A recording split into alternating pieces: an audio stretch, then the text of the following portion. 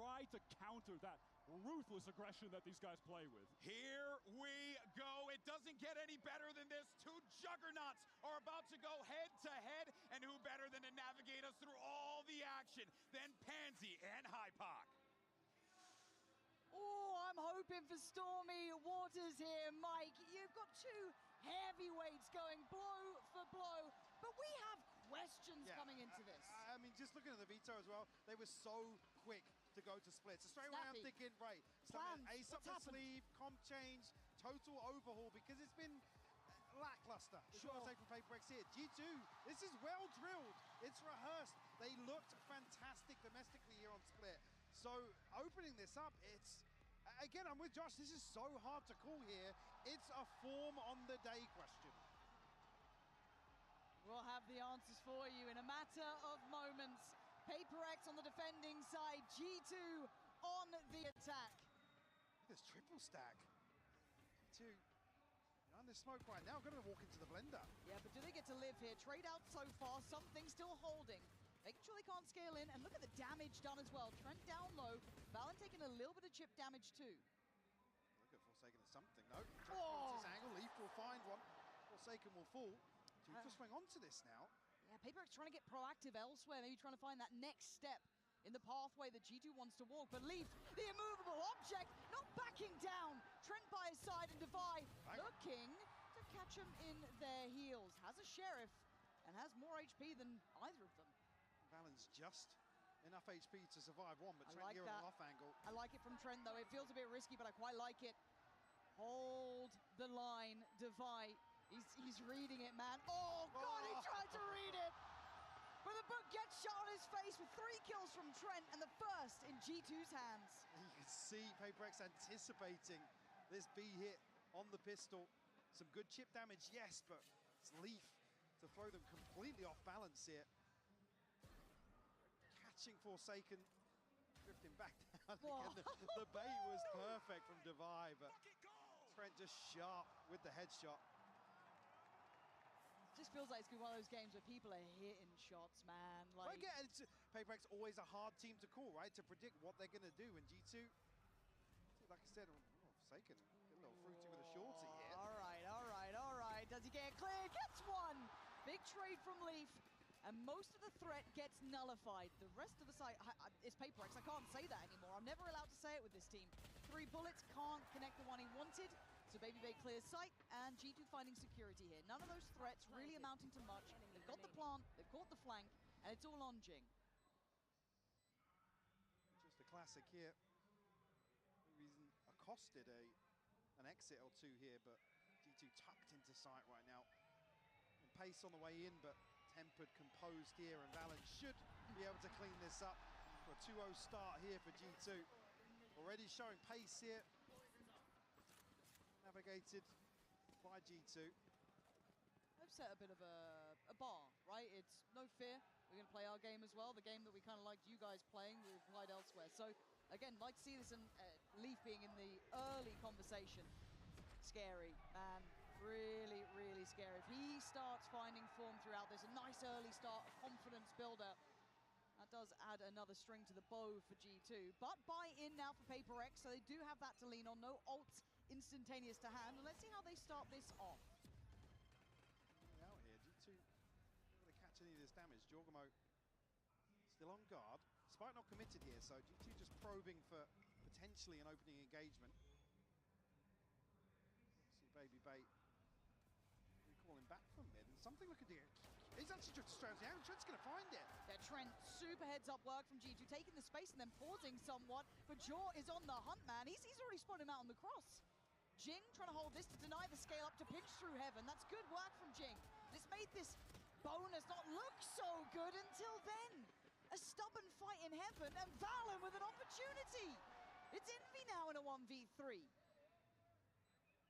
Real damage here done, so everybody healthy on the side of G2. Not many options here. A bit of util, but again, G2 just happy to tuck in now. The bonus on the cards for him. He might be able to isolate one here, though. Good.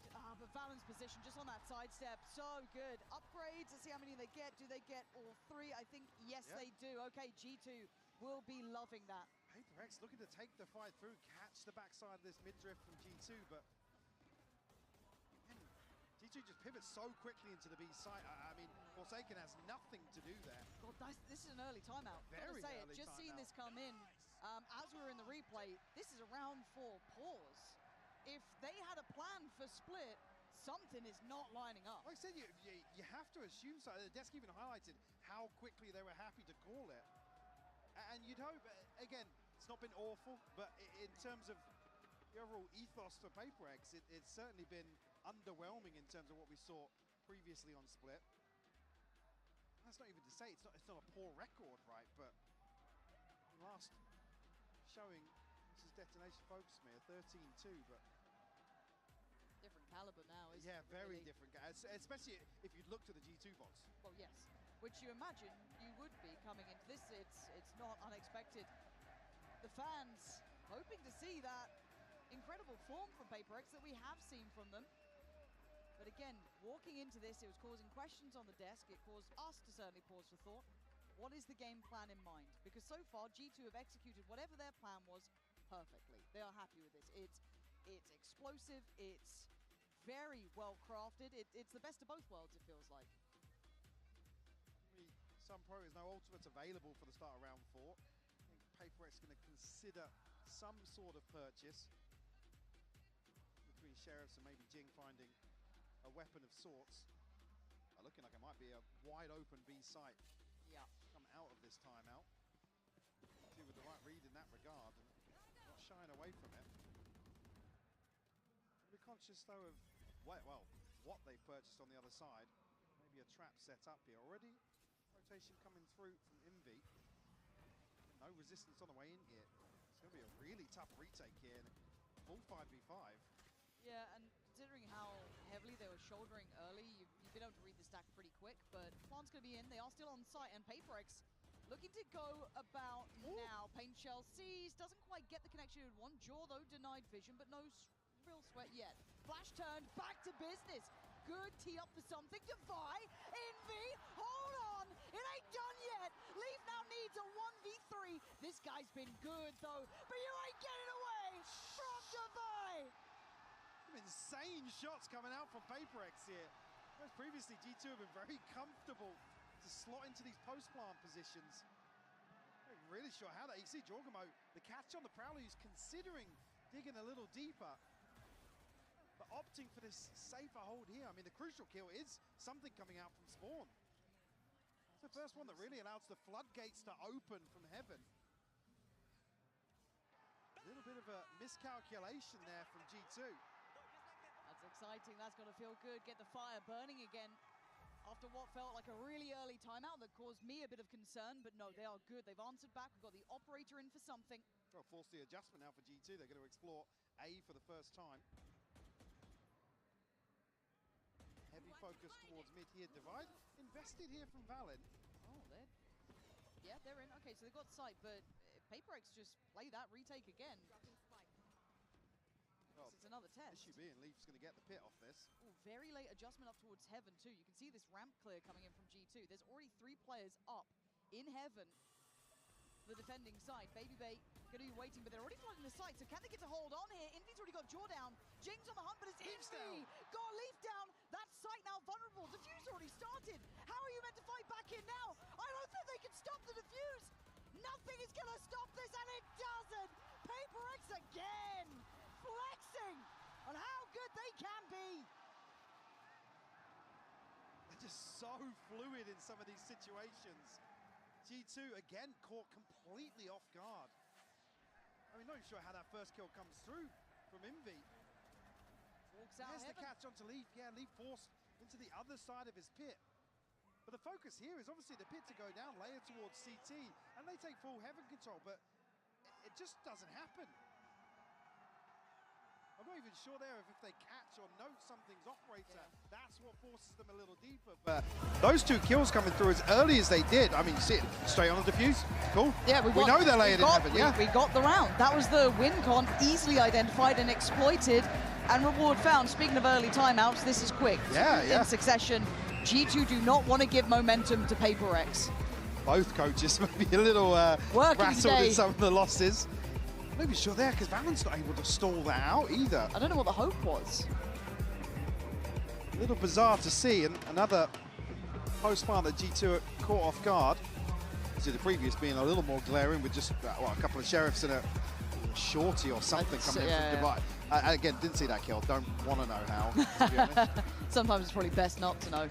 But still, there has to be a couple of adjustments. Now, again, we've seen the early examples from G2. They've got, good plans well made, but it's, again, those post-plants, those moments that PaperX have found their footing, the right tempo to it, the right consideration to it, and at the moment, they're in the right place for it. Just having a little look at the minimap that you'll see in just a second's time. 4 on the A site, and that's where the spike is currently, at least committed, from the G2 boys. Smoke is going to be very telling, though. Forsaken looking to cut sight lines early, but a flash set up as well. Oh, look at this. It could be a massacre. Jing gets denied. Jorgamo going to catch him up to his usual naughtiness. Forsaken now noted. Something going to find Baby Bay, though. Envy doesn't let them scale. They are fighting them at the gates. And it's going to be a scurry. It's a run. The spike needs to get over to the other side of the map. But Device not left. He's held this down. He's holding it down. As Leaf falls. And he falls back, plays it carefully. Yeah, Spike's still got to make his way through mid as well. So Trent in a pretty awkward position here, but Valen could set him up. He needs to be the hero, but he doesn't go too far. Trent's fallen.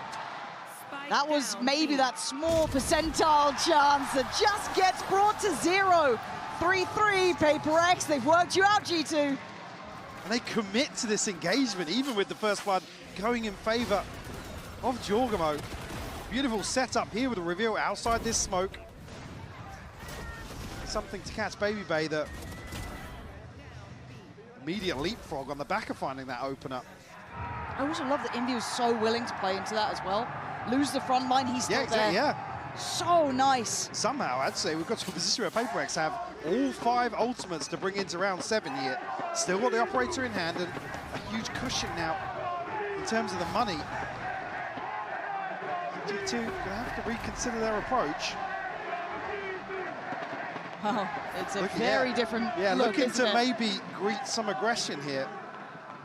See if they can bring PaperX back to heel. Many teams have tried, and most have absolutely failed. This time, though, Leaf succeeds. Removes something from the extremity. They're going to know Forsaken was nearby. Spot this DB, and Invader's going to try and bait over the top. Whoa. Confirmation now. They're already going to rotate on this. Yeah, this is drawing, well, potentially 2 players. Looks like maybe just 1. I think they cancelled on that. I don't know what they got or what they're feeling now, but they brought them back towards heaven. Maybe just this bit of utility coming out from Jaw. The Prowler to follow. Yeah, it feels like they put some utility behind this. They've actually drawn so many ults. Yeah. But look at the spike, and look who's waiting though, Forsaken. Forsaken, it's on you, and you are absolutely steamrolled. G2 now, keys to the castle, plants up next. Beautiful pivot here. Devi has to try and find this kill to Baby Bay pretty early on, because Baby Bay can hold down in terms of info and pressure, but he does. Yeah, this is now not easy, but in the realms of reality. Deep ramp positioning, deep T-side positioning. You're not getting away in. It's a wide open plant as well, and with both players from PaperX following them through from CT here. Just going to get locked out of this. You might start hearing the whistles going. They can try and fight it, but Valen knows what he needs to do here. Devi, gonna hear that time going. Has to back away from this. Oh! Just to note as well, Jorgamo obviously throws up some util towards P, but shows to the reveal. That pulls both the showstopper and Envy's ultimate. And at that point, G2, they just have the red carpet rolled out towards, well, just Forsaken solo holding A. I was a little scared, though. Just because it was Forsaken, there was a little bit of fear, but gonna feel good for them. Feel like you're in the minds of PaperX. You do it again. Well, lined up here outside A. Only Envy now. Pit towards mid. Jing here to try and support that, but D2 straight onto the side here. Jorgamo going to get shut down the reveal. Yeah, the reveal going to cost Jorgamo his life there. Envy teed up to succeed, leaving Leaf to get absolutely decimated by Jing. Plants in, but they're dwindling in numbers. Down to 3. Trent, Valen, and Baby Bay. Pacey on the play back through, though. Valen takes a stand. Paranoia goes in. Something commits. It's looking good, but still a 3v2. Valen's just down at Baby Bay. You really got something to say about this? No, you don't. Something going to shut him up and give another defuse to payperex. payperex looking to capitalize again on that first 5 to 10 seconds after the spike is planted. I said early on, G2 able to slip into these post-plant positions, get themselves very comfortable. Now, payperex, a tempo shift of their own. This reveal just gets so much value as well. Crucial kill from Envy.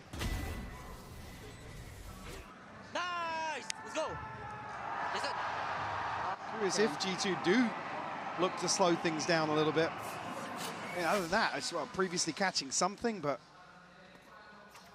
not necessarily found many avenues to explore other than all in a sight. Yeah, maybe the buy. Yeah, shift of focus towards mid here on this purchase. Okay, it's going to be ults as the answer! Oh man, that voice line just gets only a second to play. So now down to the 4v4. Look at payperex already, though. So good with that deep line from something towards B main. They can stay posted up on this. Really hard for G2 to waterfall out of heaven. Gap in this smoke, though. See the eyes trained, so luckily. Ping on the map. G2 don't walk towards it. I think the concern that they could have slipped middle now or maybe through sewer is there, but it's something on this deep line. Rightfully so. There's 3 towards B main right now. Oh, this guy looks locked in on it too. They just seem so unaware. Full confidence from payperex to not back away or surrender on this line. He's actually had another go, and another body drops. Oh, good luck. I don't think Leaf can save you in this one. He's gonna try, but what a shot. I couldn't even see Leaf's head in that. It's all on Valen 1v3, but payperex, I've got to say it, they're looking pretty nice to me, yeah. 5 rounds, they are in the lead. Well, this is going to be the approach now for G2 on the buy round as well. Put a little more pressure towards mid. I mean, Jorgo just had a real rough go of things to kick this off, sitting at 2 and 9. Desperately trying to create some space, and yeah, I mean, it amounts to a, where is his head there? Yeah, we're taken off. What? Beheaded. Yeah, unfortunately, G2, they're finding these trades, but the purchase not really suiting them there. They can't really scale into heaven. Unfortunately, payperex, like I said, 3 players stacked towards that side of the map.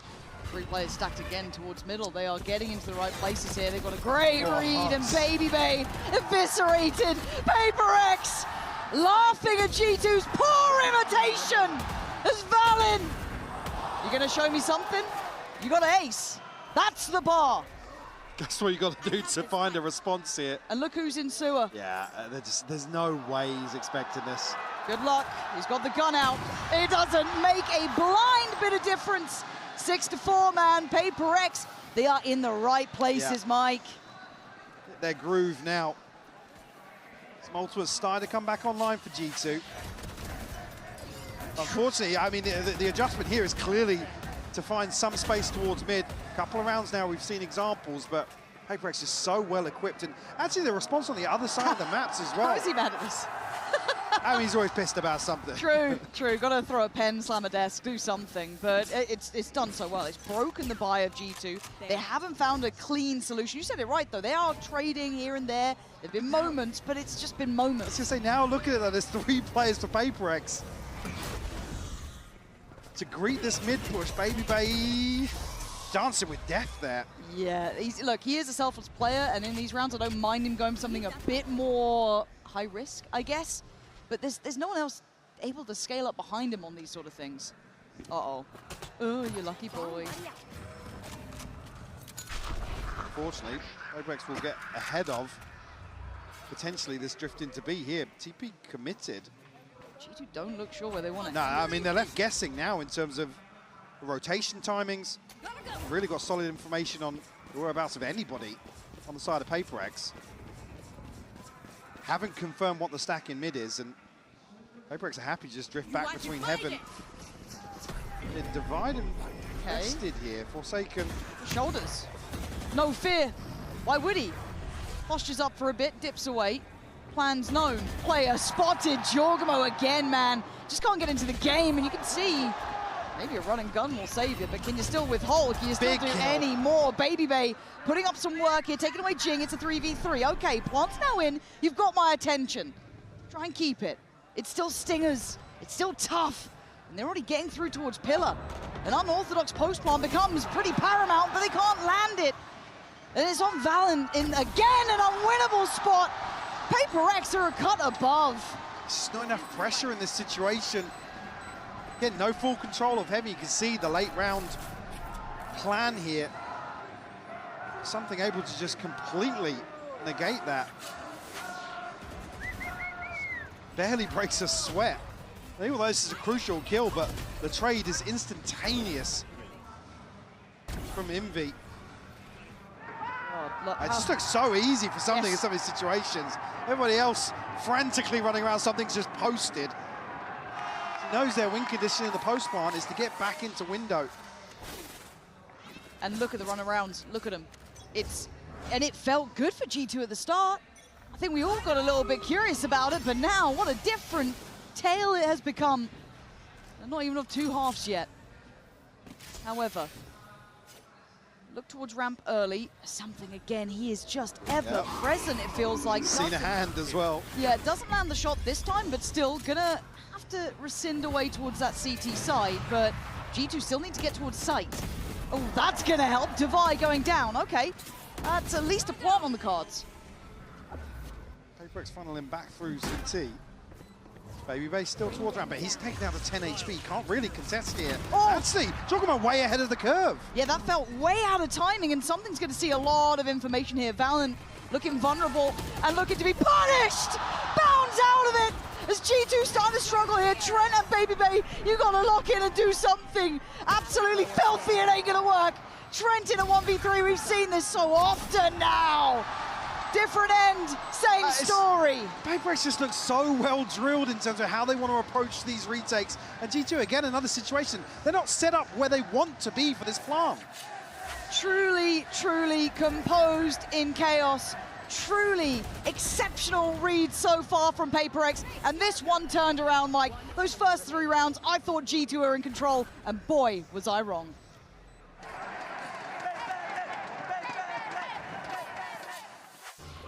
Can I help you, sir? Here's the bill from the dealership where I got my car, and I'd like you to beat it with a better deal on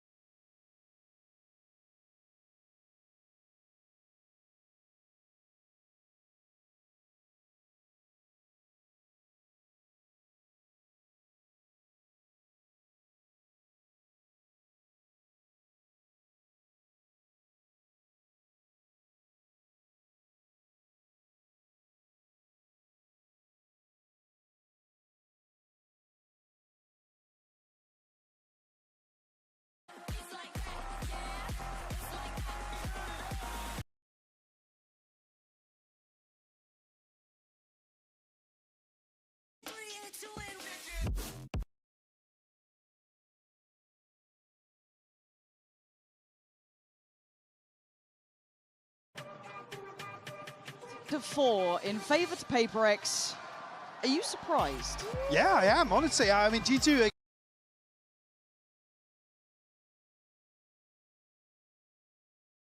Like I said, find a kill or two that completely disrupted the game plan.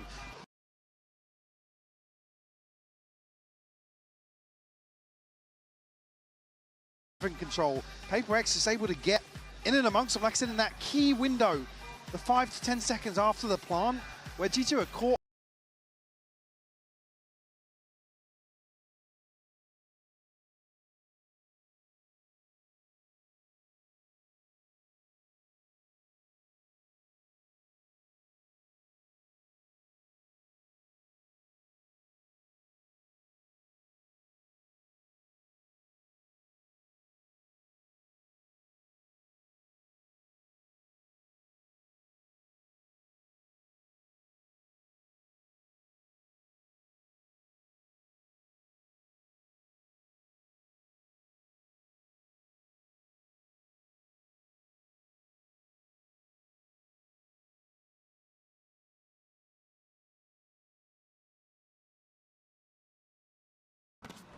obviously Trent will hear the retreating steps. Again, with the setup here, it's not really going to draw a rotation, cause any issues for G2. And how aggressive do Paper? Well, I'm seeing 4 walk and spawn. What's that, Michael? Then. I do wonder how aggressive they will get. I think Trent's also quite curious. Oh dear, Trent. There's a firing squad. You've done well on Divide, but do you think about the other 3? It doesn't matter if you think it or not. They are still there. They're still going to land the shots in V. Oh no, George. No, not 2! No, not 2! No! G2 getting embarrassed here on this pistol. I don't want to see it again. The confirmation of very, very heavy presence towards spawn. Jorgamo's just caught completely off guard, and Babybay struggling to pin this down when Envy catches the stun. Babybay on the reload there? It looked like it, but where has he been fighting? He hit the COD reload. Well, that's not a good indicator for the start of the second half. God. Shake it off. Shake it off. Can you? Nope. Oh, made me feel funny. Okay, just maybe a chill round. We just, you know, stack heaven, boys. All good. For Paper X. If they're already laughing, I feel like you're in trouble. we've lost. You're in trouble. Guys, we need 3 more timeouts if possible. And they bounce. Okay, and something gets away. And then the paranoia slows them down. G2 can't catch a break. No. Nothing is going to work for them like this. Babybay down to 1 HP. Oh, goddamn. Only classics to work with, and Paper X now looking to find the space up towards ramp. Trent will be tasked with finding, well, I mean, he's got to find 2 here. Easy. He has to. Yeah, that is the bar. Do you get a chance? There you go, shot. Jaws found Forsaken. They can't follow that up. Trent has. Hang on. Has. This was not the round! Where the hell has that just come from? From embarrassing to brilliant in the matter of a round, you've got Jing now in a 1v3, and Jaw ain't gonna lose that! 4 kills, finally. Jorgamo shows his hand, and what a round to do it on. Again, I was looking for Trent to be the one to catch something here, but what was that? Nah. Did we just watch gonna the replay late? Is he playing a different game than mine? That is ridiculous from Jorgamo. But that just feels like one of those jaw moments. We were sitting at 3 and 13 before that, by the way. Space taking. Oh, don't worry, he's taking loads of space. There, he took a whole lot more than that. Bloody hell. I was half checked out of that round. Guess I'm paying attention again. Paper X, though, on the Sheriffs. Well, 2, and I think an Outlaw in the mix. Yeah, Jing and something both for the Outlaw as well. Okay. Excuse me, the Bandit. Lee, gonna find Divine. So far, no huge issues. See how much they can keep up here, though, because G2 don't really have the ability to lose these weapons. Going to be funneling back in here towards 8. Balance actually posted for this with Divide falling. Difficult to cut these sight lines now. Jorgamo probably a little more eager to go forwards. There he is. We'll find 2. Let him off the leash. And just like that, Jorgamo gets himself up to double digits here on a flawless follow-up here for G2. There are a lot of individual components on this G2 side. If they activate, can do wonders. Jaws one of them. That is a very different scenario we have to consider. And it feels like, again, this round, he's been let to go forward. He's been let to feel that confidence a touch more. Take a fight, find what you can. Operators in hand for something, however, coming into this one, round 16. At 9-6, Paper X still with comfort. With something to explore mid initially. It may be waiting for a player or 2 to show their hand on the side of G2, but immediately Paper X drift away from A. Yeah, I thought they were just anticipating, just hard waiting for an engagement here, but... Look at Jaw, though. Yeah, Jaw's posted. Yeah, he's holding this. Not actively on the deeper angle, but pretty darn close towards that B main push-up. Yeah, you can see him shouldering, and they're looking to clear. Don't go back out. Oh, Okay. but why not? I mean, now he should be dead to rights. He still gets another. Grabs Envy down to his grave, but something's taken mid-space. So the B site is so vulnerable. There's only one player on it, but they don't know this. But problem being, Leafs right here with the judge. Got himself an upgrade if he wants it. Trent now tasked to hold down the rest of the B site here. Jing actually transitions through. Yeah, Jing's gone in on this. Looking to be an X factor. Can't find it. Trent's got him. It's on Forsaken in a 1v4. 35 seconds. Finds one on the left. 28 HP. That's a lot to ask. 30 seconds left. Give me another for free and I'll pay attention. Paranoia not going to help out the matter. Baby Bay's there. And G2 started to find a bit of rhythm. Yeah, not shying away from these ballsy That engagements. second Jorgo fight. is on an island here. I'm gonna go again. I'm gonna do it again. Like even here, it's such an awkward peak to go back onto that sushi angle. Deals with the Prowler, then finds Envy. But the sort of thing that every so often you need somebody to do like that versus... Give me another for free and I'll pay attention. Paranoia not going to help out the matter. Baby Bay's there, and G2 started to find a bit of rhythm. Yeah, not shying away from these ballsy... 2 away from Envies. They've got options on the horizon, but you are opening the door for G2 to start building up. Certainly here, an opportunity to further the lead. Again, for PaperX, what the adjustment will be coming out of this. Not necessarily going to have the opportunity in terms of the inventory here. By the way, Jorgo straight up to 12 kills. It's in the blink of an eye. It's not the one you'd expect to be Smeeg. It's not even really Smeeging. Nah. It's Spin jaw. just swinging. Yeah. I mean, I think it's hard to not enjoy watching when Jorgo is like this as well. Like, even historically, he has been one of the X Factor players that when that rhythm is right, when everything starts to line up and gets allowed a bit more room. I think the Des nailed this as well. It's like, well, he'll still put up numbers, but I don't think we're seeing him back at the peaks No, that we have seen not historically. even close. Not even close. He can be a real difference maker. And look, PaperX have those players too. We've learned this. It was part of the desk discussing it's like which one's going to be on coming into an international event. And right now I'd say Forsaken was kind of the lead of that conversation. But I mean, pick your poison at that point. It's upswings. Now, something somewhat on a downturn, however, will be the finances. 2 Sheriffs, Bandit, Stingers, but in the hands of PaperX. Anything's possible. Yeah, never tell me the odd sort of team. So sight will be theirs. That reveal is huge. How's he not going to get up that? I mean, a load of damage, but what the hell? Commits to the spray and just seems to only really tag something down. Okay, Leaf's got the Sheriff out because the judge just ain't going to do it, apparently. Envy with the Stinger. What? Not great at range, though. Not great at range. I'm scared. I don't know why I'm scared. I shouldn't be scared. Look at the HP. Forsaken, 26 HP. Trent's just cleared Divide. Baby Bay. Oh my God. Handles them swiftly. All right, G2. I'm not entirely sure where the rest of Trent's clip went there, to be honest with you. Great question. If you find out, they reinforced that box. Right. I always want to see on the replay where the hell all those shots went. Well handled.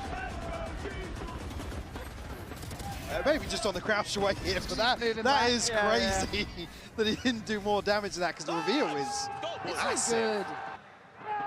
This is 4 in a row. No timeout yet, though, from PaperX. They're still feeling that they've got something in mind. And now, what do we have? Jing and Envy with the ults? No, looking to just roll the dice once more, but faith in this B site here. Same reveal goes up, doesn't really catch anything this time around. No spam available. I have to respect the pressure of this showstopper. Spike going to go down super early. Spike planted. Feels like we've been here before. Yeah. Ult gonna catch maybe 3. I'm not sure if we call the one towards heaven, but Forsaken to take that time. And tried to get a TP off on the sound cut, but forced to cancel. Now, this is now super sketchy. Look how close by this is. Welcome to Chaos. Just waiting for the goer here, and it's going to be Baby to try and break the line of sight, allows Trent then to play forward. Forsaken on the swing, going to get down two. Divide up next, has the fight towards CT, gets one, but Trent and Leaf fighting back all on Envy, and Leaf has just gone nuclear. Oh, he's had a judge for the last few rounds, just happy to pull out a Sheriff in the retake, land 3 shots. What was that? Show me that POV, man. Ooh. Okay, okay. And the last? Yeah, it's man. Just so talented, man. Slick with it. And that's a big round to shut down in terms of the investment. Even the coaches look surprised. G2 have a massive cushion now. A string of rounds, that round 2 flip setting them up perfectly. Baby Bay going to pick up an operator here. Trent and Jorg going to have ults to bring into this, and PaperX, scrappy buy here. All tied up 9 apiece. Sometimes it seems to only encourage them, though. It only makes them scarier. With less to lose and more to gain, but chip damage achieved early. Jing going to be down on 45. One actively holding the initial angle on Heaven, a little bit deeper from Trent. His body's here. That's the scary factor. But I guess something has... Excuse me, Forsaken's managed to make it through vents, so they might have a decent idea about this. Valen's patience will not be rewarded. If anything, just sets up Jorgamo to die. So Valen, you better be on the money now, my friend. Yeah, okay, you are. You really are. That's 3. The paranoia comes from Heaven, and Devi gets to work. But it's only Devi. A 1v2. And again, this team never tell me the odds. It's PaperX. What you do with this? Can you find a fair fight? Ooh, he's thinking about that. Yeah, Oh, that's hang on. Baby Bay. Never tell me the odds. This team makes the impossible possible over and over again. What was that for a G2? Again, the bait to break the crosshair placement here. Baby Bay commits Where's to the it. spacing? You can't let him do that. Set it up for him. If we just I don't know, maybe this 1v2. a misread on the plant, maybe? They think he's going to plant Heaven's side? I mean, Alex still pissed off, just like... Standard. That could be from any round, win or loss, you never know. But bit of a fumble there. A bit? That's nightmare fuel. Oh, God. That's a crack showing and a half, right? The foundation's going to be rocked off that. Can you recover?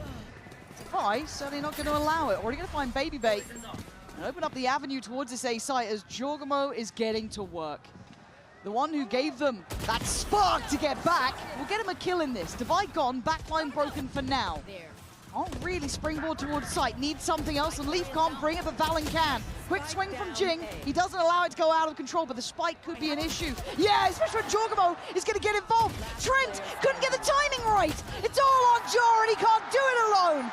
2 standing for PaperX, and now so close to map 1 in their hands. I mean, completely flipped this now on its head. I mean, G2 are still going to have money, yes, but they're going to have to rely on Jorgamo on a Bucky and an ult. And 2 crazy responses here from PaperX to find 11 and have G2 up against the ropes.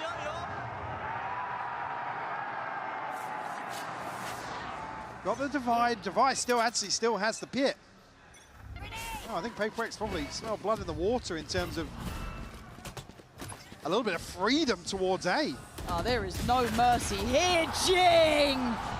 Oh, there's no one quite like him when he gets going. Ram's his. 12 might be theirs too. Trent, desperate belief. Calm and control, gonna find both of them. I mean, Valen's still tucked into A site as well. Haven't carried the spike across just yet. And they haven't noted his position either. Yeah, this could still be a problem. It is. Valen gonna keep them very much in hand here and make that site just feel inaccessible. Envy and Forsaken's options become very slim, but with 50 seconds, wait, Trent's just been caught. Do they second guess? Because look at the positioning from Leaf. I think now Valen give up the space, allow Leaf some time to get into the back lines. Although he's playing for the rotation from Sua. Gonna wait out the plant here potentially.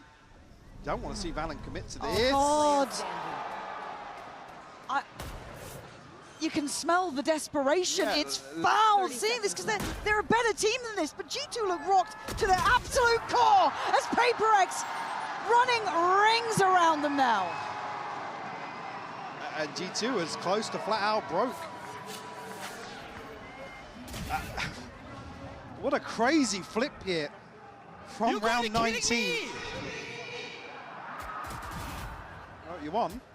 You got it. You're on that point.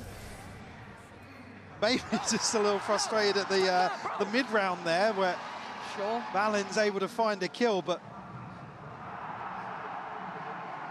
it's all come apart from round 19. That 1v2 from Divide certainly will leave a sour taste in the mouth. They will string together a purchase, yes, but look at what we're seeing on screen here. It's 2 judges for G2, some gaps in util. Leaf one away from the pit. You have other tools at their disposal, 3 ultimates to be exact. I'm still just getting over the way the last couple of these rounds have been going down. I expect G2 was sitting on like 3 or 4K on a couple of players as a cushion behind a full buy. I believe round 19 was what, maybe a rifle or 2? I can't even remember what the buy was, but just like that, this entire second half flipped on his head. And I know we expect a little from PaperX in their playstyle, but it's the fact that G2 in the moments where I really key into their fundamentals, their capability to play out those late rounds, they've been making some questionable choices that have come to haunt them. Now it's down to this, round 22. And it looks like the ace site. It's where PaperX want, and we tend to know they get what they want, and that's the start. Jaw, I think he's just jumped on someone's head potentially then, but he has taken down Jing. So still with a 4v3, PaperX have a man to the good. Something looking to potentially catch somebody into vents here. Again, PaperX haven't shied away from this. They're still stacked up. G2 actually rotating elsewhere, leaving Baby Bay to maybe catch somebody. Getting a little overzealous in terms of heaven control, but Forsaken now will be able to reveal that. Baby Bay has to cancel it. Revealed by the Prowler as well and forced away.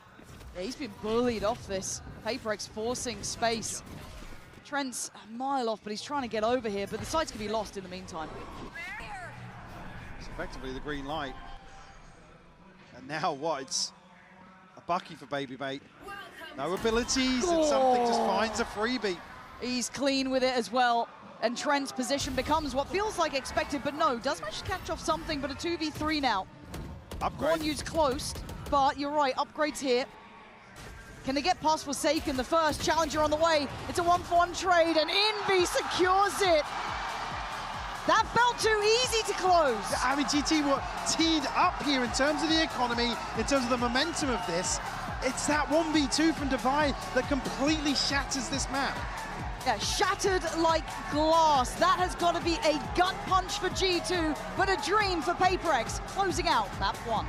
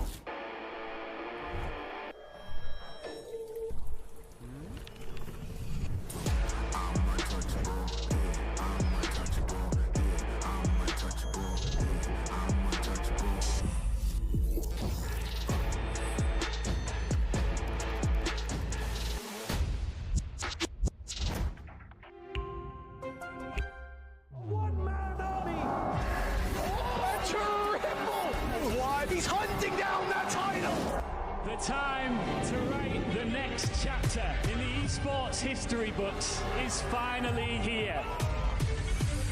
And they fold it in his hands yet again. Steps up to the plate, and he could knock this one out of the park. Now they shall be engraved alongside the greats.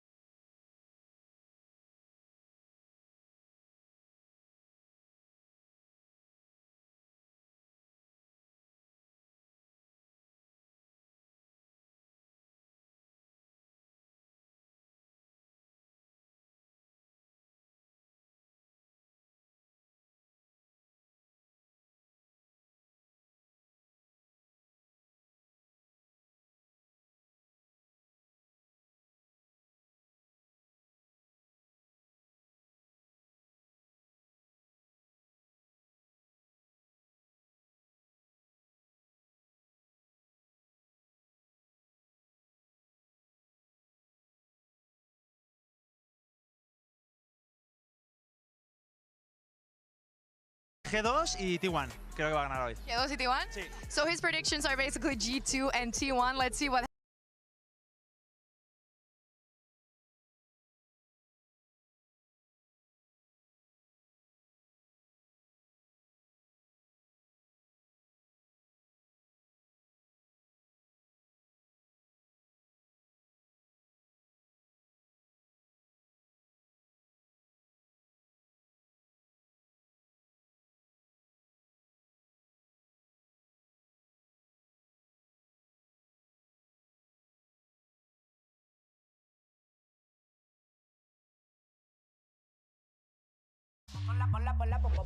Ponla pa' subirle esa chapa, me gustan pila y tú sabes que yo soy puto que estoy la es mentira. Full de los bolsillos pa' darte lo que tú pidas, ya están dándole a la tuya y va con un vuelo de ida. Ponla pa' subirle esa chapa, me gustan pila y tú sabes que yo soy puto y que estoy la es mentira. Full de los bolsillos pa' darte lo que tú pidas, ya están dándole a la tuya y va con un vuelo de ida. Ponla pa' subirla, ponla pa' subirla, ponla pa' subirla, ponla pa' subirla, ponla pa' subirla.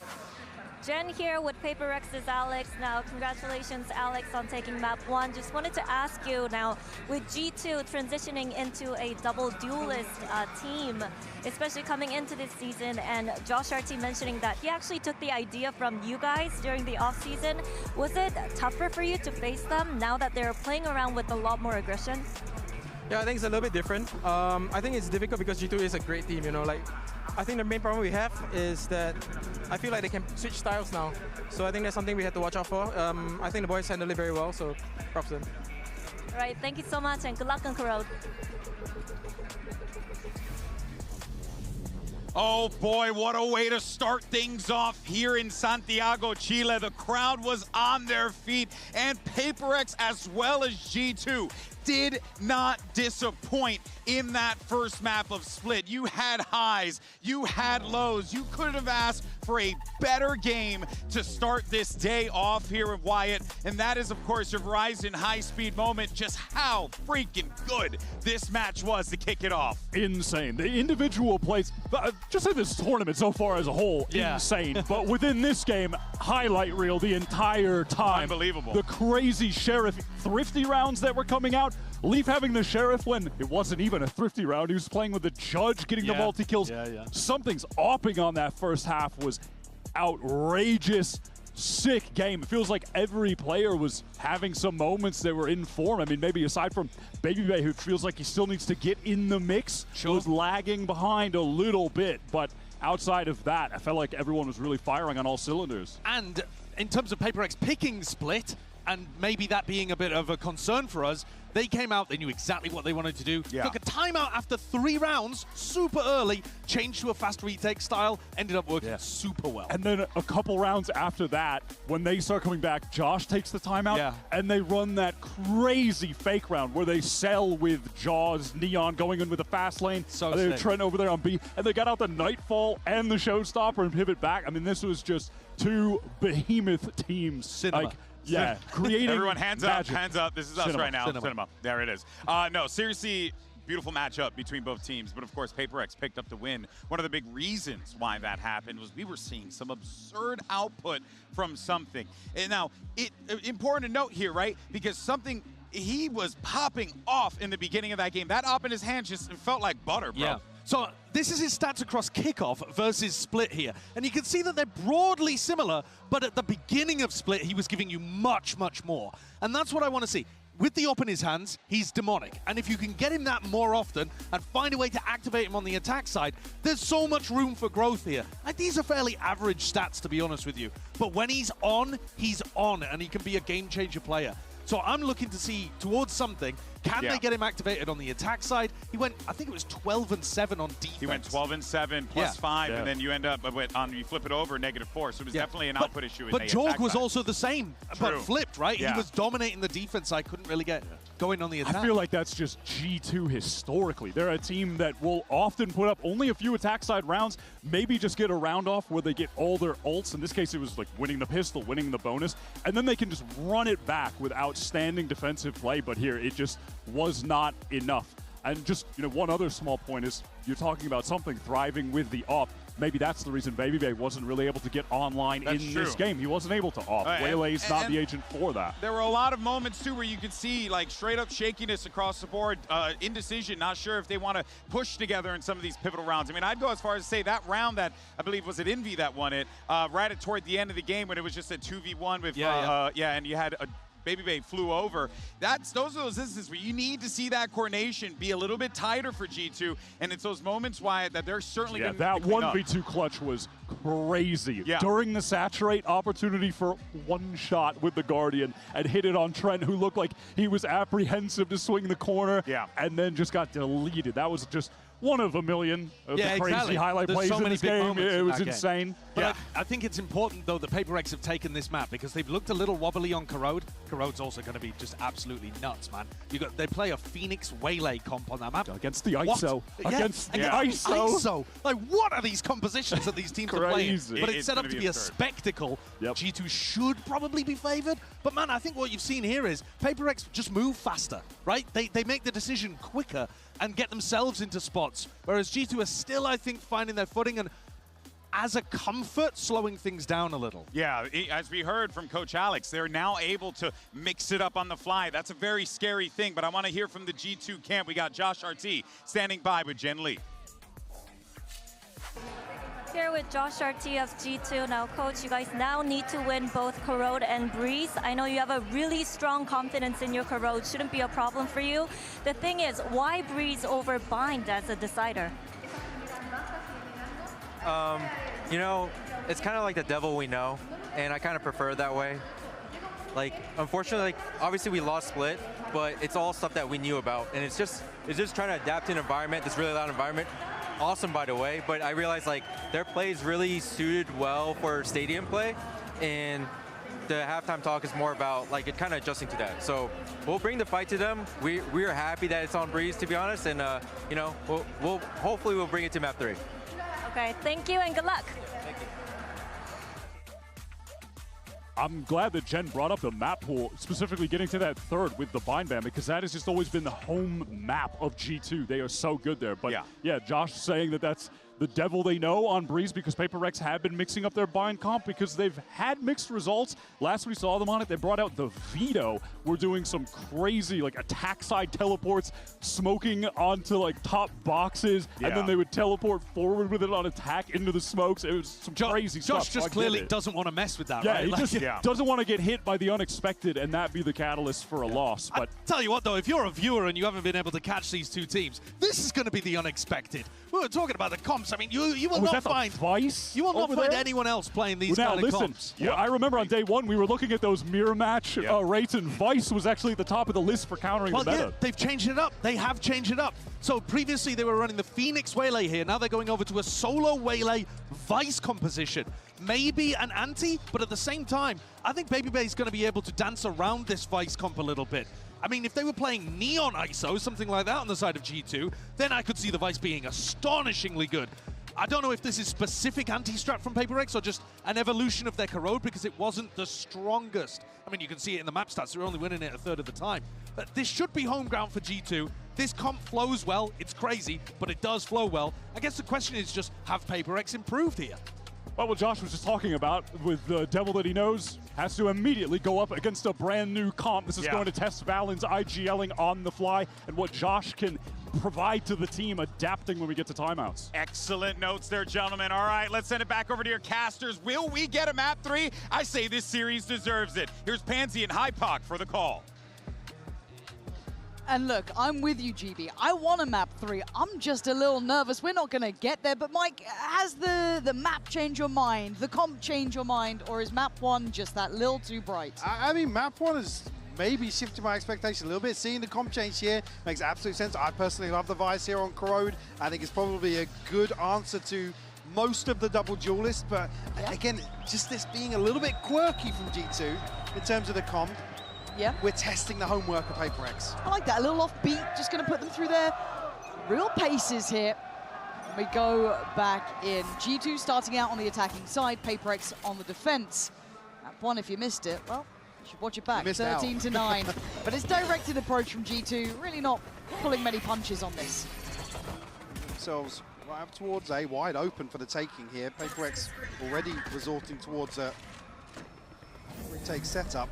4 towards spawn here, though. Yeah, Jorgamo's, oh gosh, I got a little bit sketchy on the back pedal, but Babybay's, he's having a bit of a rough one, to say the very least. But PaperX now looking to try and pressure this further. Jorgamo down on 24, still standing guard, still standing duty, but again, just blow for blow, Mike. They're just 1-for-1 trading out on this. Alan spotted, but he still gets the kill! How's he getting away with it? Forsaken goes down, and now it's something in Divide.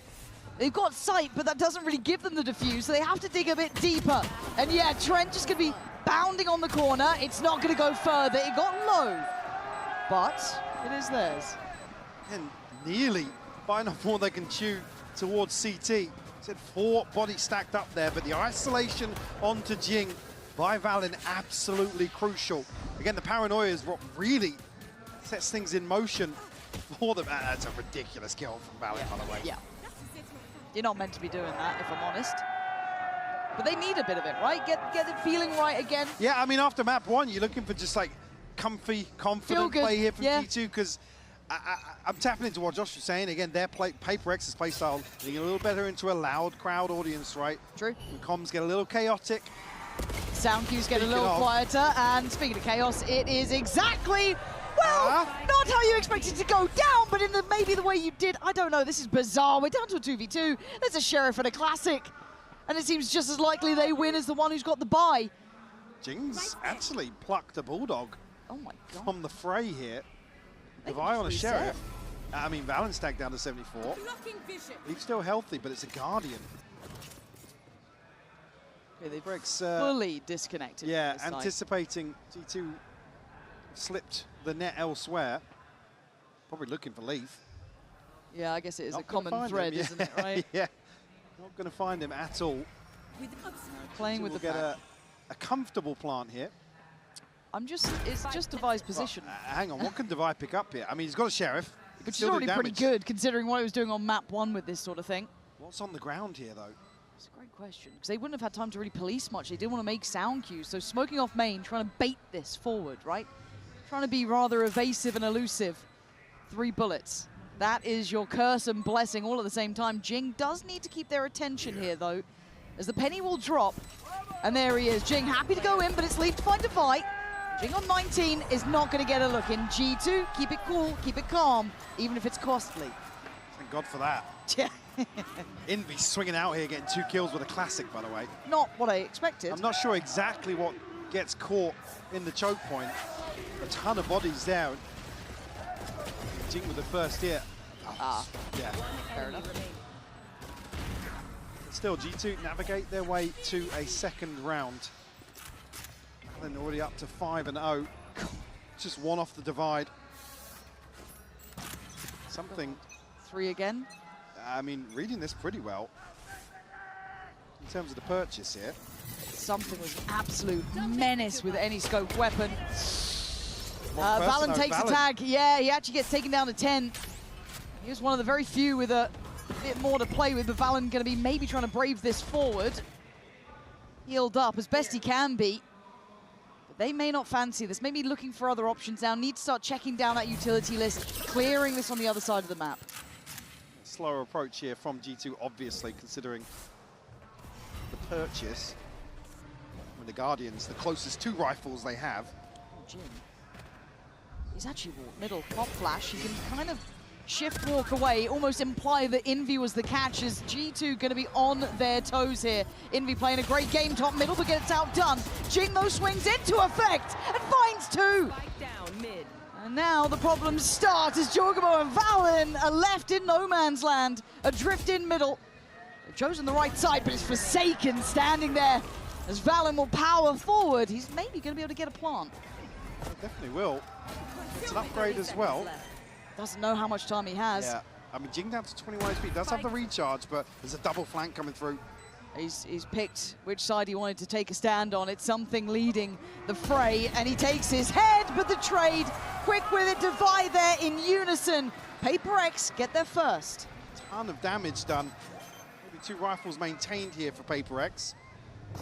Again, the byproduct of only saving 2 Guardians across previously from G2, so you could argue they have a slight advantage here. Jorgamo just following all the way up to top mid here. Very aggressive take. PaperX will prevent a bonus though. Jorgamo and Valen already on ultimates. Yeah, I want to see what the implementation of Jor is in this and how it looks on that ISO. Well, it was heating up towards the end of split. We talked about how well, a slower first half, but it, again, creating space and just offering trades up for the rest of G2. Pace of take here towards mid, though. Yeah, not really making you and me. Any subtleties to this, and there has been a catch and there has been a loss. Jor going to lose the fight, but Baby Bay on the trade. He's taken down on 27. Has to respect this to an extent, but G2 still cautious on the scale up. Yeah.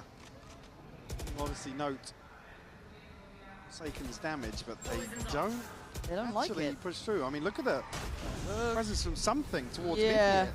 I'm a little nervous that that is going to really find extreme amounts of value.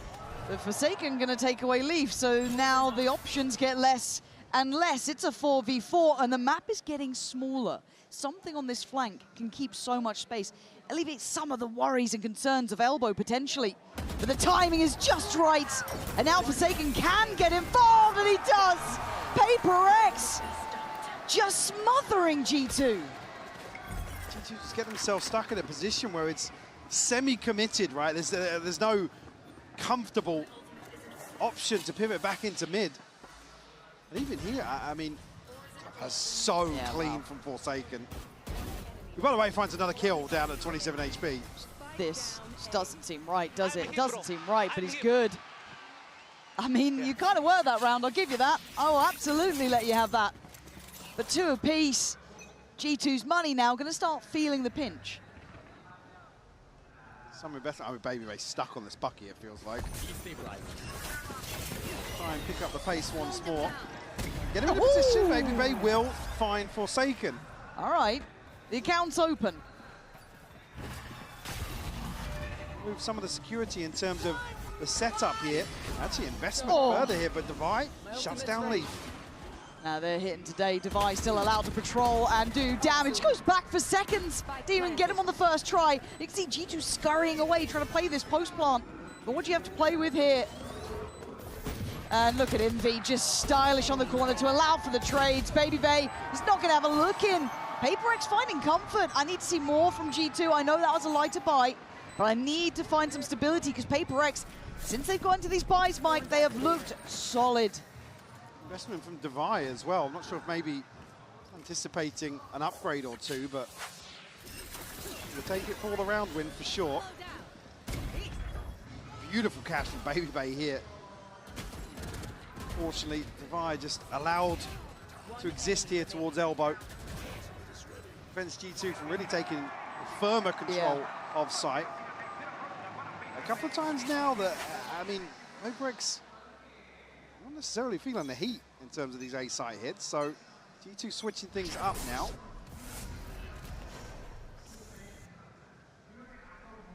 And poised to maybe catch contact somewhere. I mean, look how deep G2 are playing outside B, though.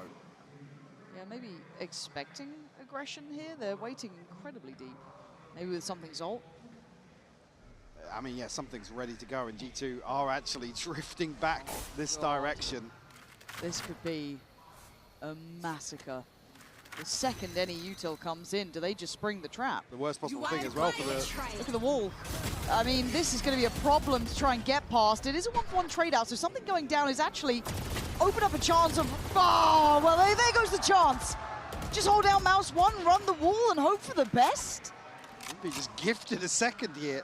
What's the It's plan, down to just Trent and Baby Bay.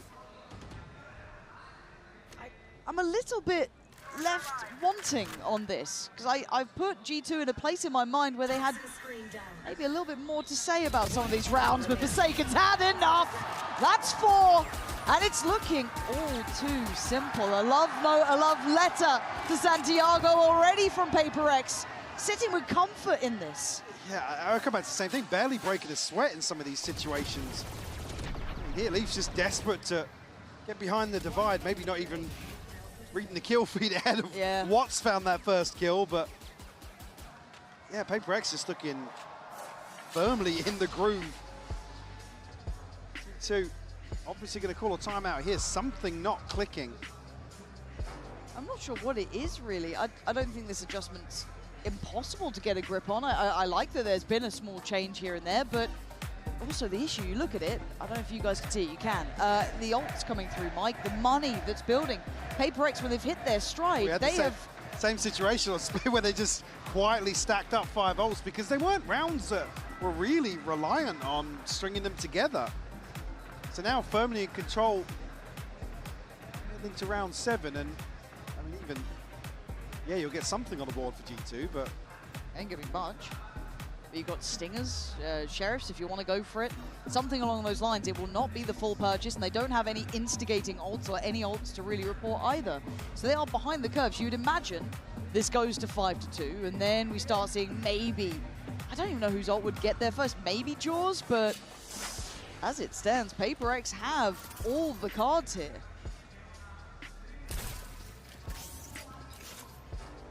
Found much success in terms of like a clean take of A either, and now PaperX I think reading into that massively. It's another setup very deep on the choke point. Going forwards, Jogma will get the trade, but Devi's still here. Yeah, it's just blind confidence, and they're willing to brawl out. They're willing to battle on this. Maybe feels a bit too far for my taste, taking too high of a risk in such a lower end round, but Envy, the backbone, comes in with the Odin and cleans the site, leaving Leaf and Jaw cautiously step towards it. We get the plant here, but Jaw's going to be caught. No, spike down now. Just Leaf in a 1v3, Guardian in hand. And this just feels like what we've seen before, not all that threatening, not all that hard to handle. A little bit of a battle at the start. Maybe I felt a bit too far from PaperX, but hey, they're not looking like they're feeling any pressure. No, again, happy to almost risk giving away some of these weapons early on, but it's 2 for 2. This push out from A main. Envy, again, happy to sit back on these steeper lines. Yeah, maybe Baby Bay gets an upgrade there, but he's so far ahead, he can't hold off PaperX with a stinger in that situation. No. Well, hopefully this is what the timeout was for. Jaws got ult, which was kind of what we expected out of all the players, and it's Pacey up middle, trying to do what they can. Something standing guard and gets taken, snatched away, and Jaw needs to win this. He really needs to win this. He does this time. So something goes down, but obviously the trade then comes out. Forsaken not going to let it go away. It's a 4v4, and the pack starts to rotate. But look end towards the middle. Jing still working on 10 HP. Still holding ground. They need to win this site out 3v3. We're looking for Leaf to find something here. It's all about timing. Did. And found everything. Leaf found a whole lot. Those 2 kills were critical. Key in potentially breaking and bucking the trend here. Divide is gone down, and Leaf gives them a round. They needed that. 4 left standing as well, something to maybe offset the financial crippling they've received. Yeah, unfortunately, they just can't scale up the space ahead of this ultimate, so you even noted Jing in a very deep position here. Able to find a response here, 5 unanswered now. Finally, put one up. Pit available for Leaf. It still feels like there's a sense of levity with G2, but I wonder how long that lasts as this game goes on. babybay left very much ahead, and then caught completely off. Jing just gets a freebie on Jorgamo. I don't know if they thought that babybay had complete security or there was a smoke in play, but that feels sloppy. I mean, this take generally looks good with the ISO and the waylay, but a little off sync. Valorant now will be noted. Again, look at something's position now with an operator. Gonna spot him out. Gonna try and gap close, but the scale then gets stopped. You can see it, the stall is here. They fall back into a slightly deeper position on towards elbow. They give up front sight, but the plant's still not in play, and they're looking for a pick, really. I'd be very surprised if PaperX give them anything. Again, they're in just such a weird position now. Forsaken exploring outside B. Might even catch the backside if they don't pick up the pace here. Well, it's getting 40 seconds. It does get a little bit closer if they haven't fully committed. They want to try and scale up through middle. Jing is going to fall, but then look at Forsaken. Is his timing right? No, they've already gone past. He's read that. He's going to be in an unorthodox position. The other 2 a little bit irrelevant to outcome for now. But how does Forsaken play this? Does he want to just keep that space? Maybe the lack of presence was enough of an indicator. babybay went looking, but the plant goes in! Forsaken dropping bodies! Trent's on the site. Oh, brilliant from Trent. Great timing on the wall going up there, just giving him a little bit of a shot in the dark. Oh, and a shot in the back for Leaf. As Trent left with it all to do, a 1v2, and something's been on a heater. And he still is! You don't get away with it against PaperX. Diffuse comes in, and that is 6 rounds in their name. You see the cogs turning for something. Again, just noting Leaf's position and getting a catch on the plant location as well. PaperX read this beautifully.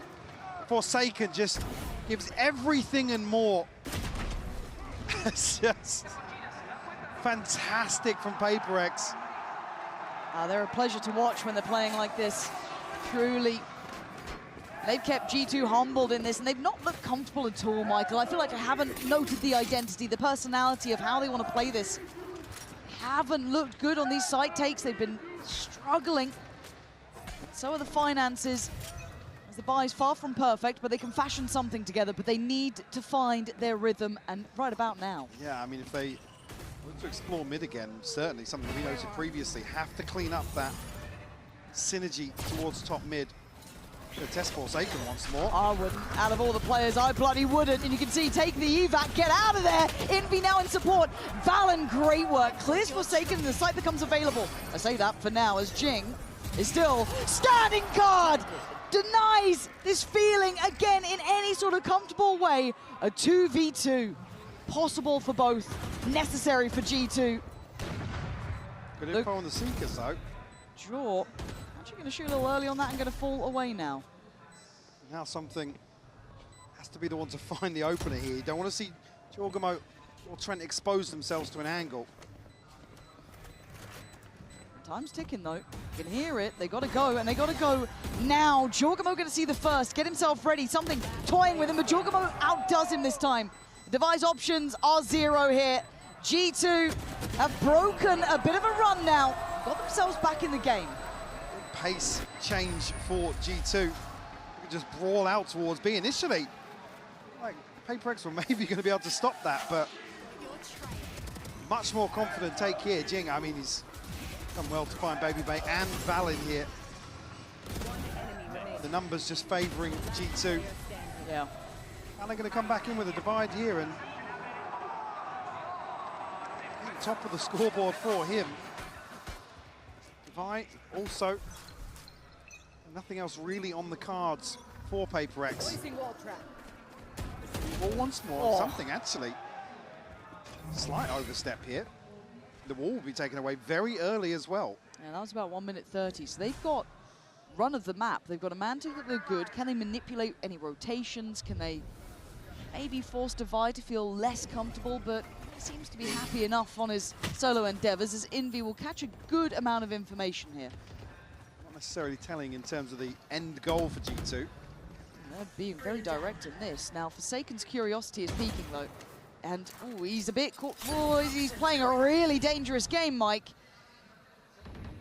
He knows he's got a 1v1 here, though. Trent might know that now, too.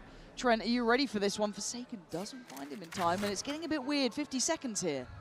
Divide invested in, with 2 players ahead of that, they can confirm there's no presence towards the site. Envy takes a gamble. Trent will shut him down. Divide's here early enough to at least catch the elbow side of things, but the site's lost. And I think Leaf has considered there's a chance that someone's got that CT side, so he's going to play it safe. Now PaperX with 3. Divide has ult, though. It's a 3v5, yes, but removing some of these weapons.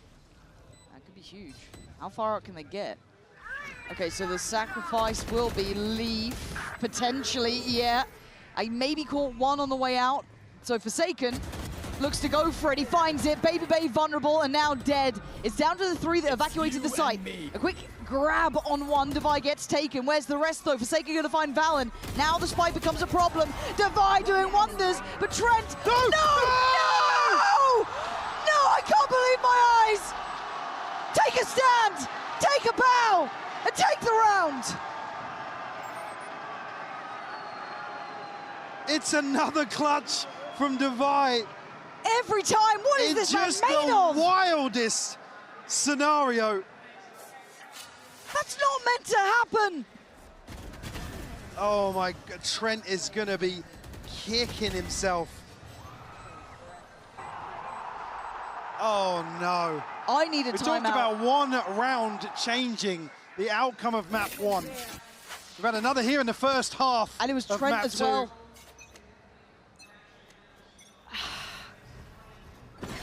God, you feel it in your chest, you feel it in your bones, and PaperX want to make it hurt. Going aggressive, because why wouldn't you? You've set the tone, you've set the tempo, but you lose a player. Valen on the punish, desperate to make up for it, but something going to catch that mid-crunch coming in. Forsaken holding the line. Forsaken making it very hard for them to scale up, but... Steps out there. There we go. A little bit of life here. Didn't want to let the pit fully expand there. Trent now will have Seekers. Jorgen Valen on lesser weaponry, something on lesser HP. I mean, but look at where they're holding. They're pinned in here, G2. If they want to play out of this, the map is not safe. Oh, great investment. This shows intention. So then do they double down? Do they back towards B? Jorgamo's given them space and options, but they want to fight head first. Envy still there. Oh no, no. Greed is your downfall. A deadly sin for a reason. Desperate for the upgrade. But this got messy at the end, Mike. So scrappy back and forth, even not in the rounds where they're looking to brawl, but some of these situations, another tough field for G2 to follow. Swallow, sorry, but a 7-5 half here for PaperX. Gotta feel good about that one. It certainly must. It's got to give them a little bit of high hopes to close this out in 2, but I think G2 might have something to say about that.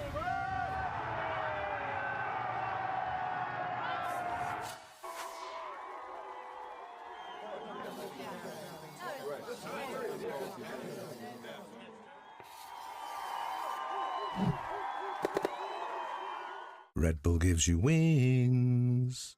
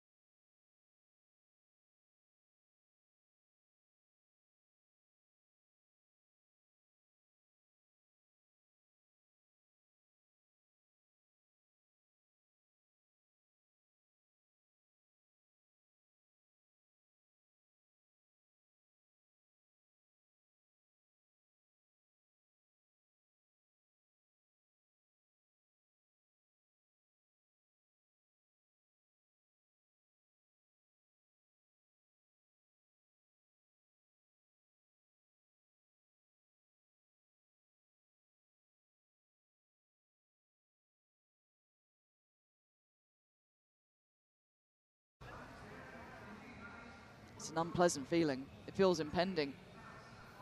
PaperX reading the G2 will try and get behind this. Nice. It's a 2-for-1 for G2. That's actually a great trade and recoverable weapons. That's good. Jaw? No, he goes on an individual swing. Oh no. We're seeing individual errors that I just don't want to be seeing at this level. I don't care who it is. That's not good enough. As Envy and Something have complete freedom on that site, they can get the plant repositioned for the post. Planted. Still a little bit of util to work with as well between PaperX, but Envy might just catch Valen here. Trying to set himself up in the back lines will catch a glimpse. Valen actually doing a ton of damage. Envy, 1 HP. He doesn't care though, he's got no fear to the way they're playing. They're happy to take risks and overstay fights, and it's comfortable again. PaperX on a slow and steady march at the cost of G2's chances here. Trailing by 6 now. And even if they wanted to double down on that B lane, do it together, man. Yeah. The Joggermo's just so alone. Yeah. And Baby Bay was there. He still has the opportunity. Again, tank a shot. Play for the trade in this situation. They get both upgrades, I believe, outside. I think so. Yeah, I'm almost certain. And it's those sort of things that, in terms of talking about the comms and the noise in here and the pressure of the crowd cheering for every kill, doesn't matter. Correct. It doesn't matter which side. You can't even say that you're the villain in this. This crowd has been great at being an even sort of instance, but Valen now on the chopping block stands, and well, for a second he got an extra breath. Pop of the ult, and now good luck. Catch here onto Jing. Wow, doesn't matter. God, I don't know if you want to be locked in there with him. It's down to 3. Baby B, nice shot on 1. Paranoia comes in, he's trying to buy his time. He's just going to pop everything, whatever he can do to try and turn the odds, turn the favor. But Leafs now join him. They've got a chance in this, a 2v2, and Jing's low. Can't quite get out with the spike yet. They don't quite know about the reposition from Baby Bay. And I like this. I like this. Be proactive, play together, be on the same page. This is what was missing before. Oh no, but Envy's caught Baby Bay. And now, this is where Leaf has to make up his mind. He's got good timing here, though. He's reading the situation perfectly. Jing might just catch an audio cue, though. I think he's just started shift walking. Leaf is thinking about it, turns away. And might turn back in time. Jing's gone down. Knife out. Knife out! Knife out! Knife out! What are we doing? Leaf, usually so cool, calm and collected in these sorts of scenarios, but baited to his death. This is not what we look at with these players. They are absolutely shaken to their core. Looking completely shattered, broken in how they're playing, and look at that Envy. He's got it dead to rights, bang to rights, and at 12-5, PaperX have this game dead to rights. Barely missing a beat here in the second half. G2, obviously a purchase, but lack of the shield. A Bucky here, Baby Bear going forwards, will get one. Okay, happy to be the tip of the spear, throws body on the line. And they do get a 1-for-1 trade out, so something's gone down to an even trade to an extent. It feels like PaperX just want to continue going. They're not really stopping. Leafs on a quick flank, but holding this site, do you dare? Jing's all the way into heaven already. Jing's going out for blood, man. He wants to find these players. Trent outdone. Jing's broken them in pieces. Jorgamo and Valen, what are you meant to do against PaperX? Often imitated, but never duplicated. PaperX close out in 2. Once they get going, Lauren, there's very few teams that can do anything about that sort of form. PaperX with just an insane performance here on map 2. Again, questions across the veto in terms of what we saw here, but sweeping this series. Forsaken and Divide, both individually looking world class, as we've come to expect. What a performance that was. G2 trying to maybe reinvent their identity, but it fell short today. PaperX being true to who they are, how they play, and perfecting it. Showing us that here, round by round by round. Again, don't want to lean into that interview too much with Josh, but again, maybe this is just a reality check. You'd hope so in terms of the way G2 approached the game with preparation and stuff. This wasn't necessary. There wasn't much nuance to the way playekről play. This is what you would expect from them. But so many times we see G2 caught off guard in recovery mode, and that's not what we've seen domestically. And I'm with you in that. Again, these two often meet in those upper quarterfinals. We saw it at Champs Toronto, but an early treat here. But it's a long road for both sides. Job's not done either way, but what a statement to be made. A 13-9 to a 13-5. playekről have got to be happy with that. Santiago, una vez más para playekről. 2-0 se llevan esta victoria to hold this win, and actually Forsaken, I want to chat with you real quick. So, first question, how's the crowd? How's Chile? How is it different to any other international event you've been? I'm gonna be honest, I think this might be the second best crowd ever after LA. I think the crowd here really loud and I like it. Perfect. Y bueno, le pregunté cómo está haciendo Chile, cómo se está sintiendo con esta gente y cómo se compara también a otros escenarios. Dijo que puede ser el segundo mejor público que ya ha tenido. El primero es LA, pero que definitivamente ama a todos y que está increíble el público. Now, for my second question also, by now, you have won 4 times in a row from G2. You're basically owning them. How was playing against them again? I mean, actually at first it wasn't surprised that we met them again, but we kind of know how they play, and they say, Babyface say they want to, they are the Smurf, the W, but I guess not, we are the W. I guess not, definitely. We are the OG. Oh, bueno, le pregunté también cómo ha sido ganar de 4ª vez consecutiva de G2 y dijo que sabía, ahora, que era como un poquito común que se toparan porque realmente pasa todos los campeonatos, y mencionó que Babyface dijo que ellos eran el team que lo rusheaban, que iban hacia adelante, pero que definitivamente no lo son y que ellos son los OG. So Forsaken, now for my last question, you have played every agent except for Gecko. Are we gonna see Gecko this tournament? Alex, please put me on Gecko. And how is it being so flexible for your team too? Sorry? How is it being so flexible for your team and also fragging? I mean, actually for me, like, even though I play a lot of agents, different agents, I have like same mindset on how I want to play it, and because I'm so creative, I like to think, so I just play my own style and just shoot people, you know, so yeah.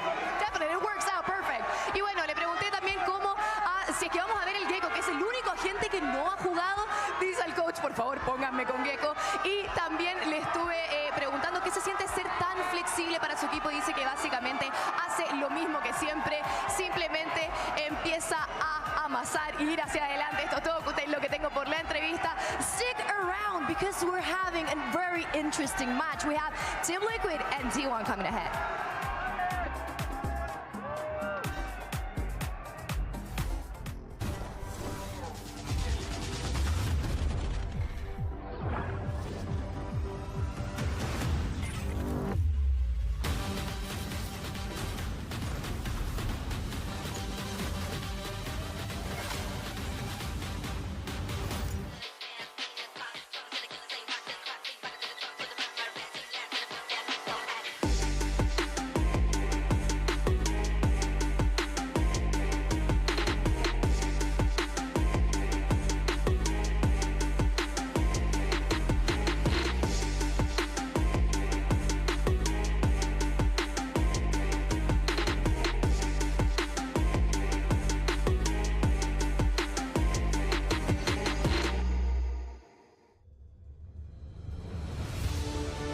It's more than a game.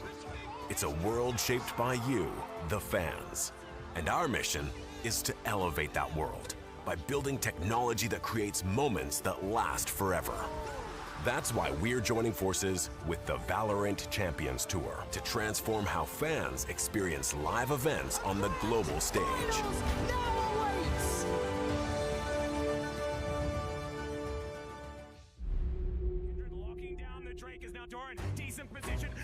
Break down my walls, but I won't rise again.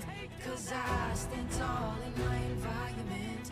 How could I ever close my eyes and stay silent since they try to take me down with their violence?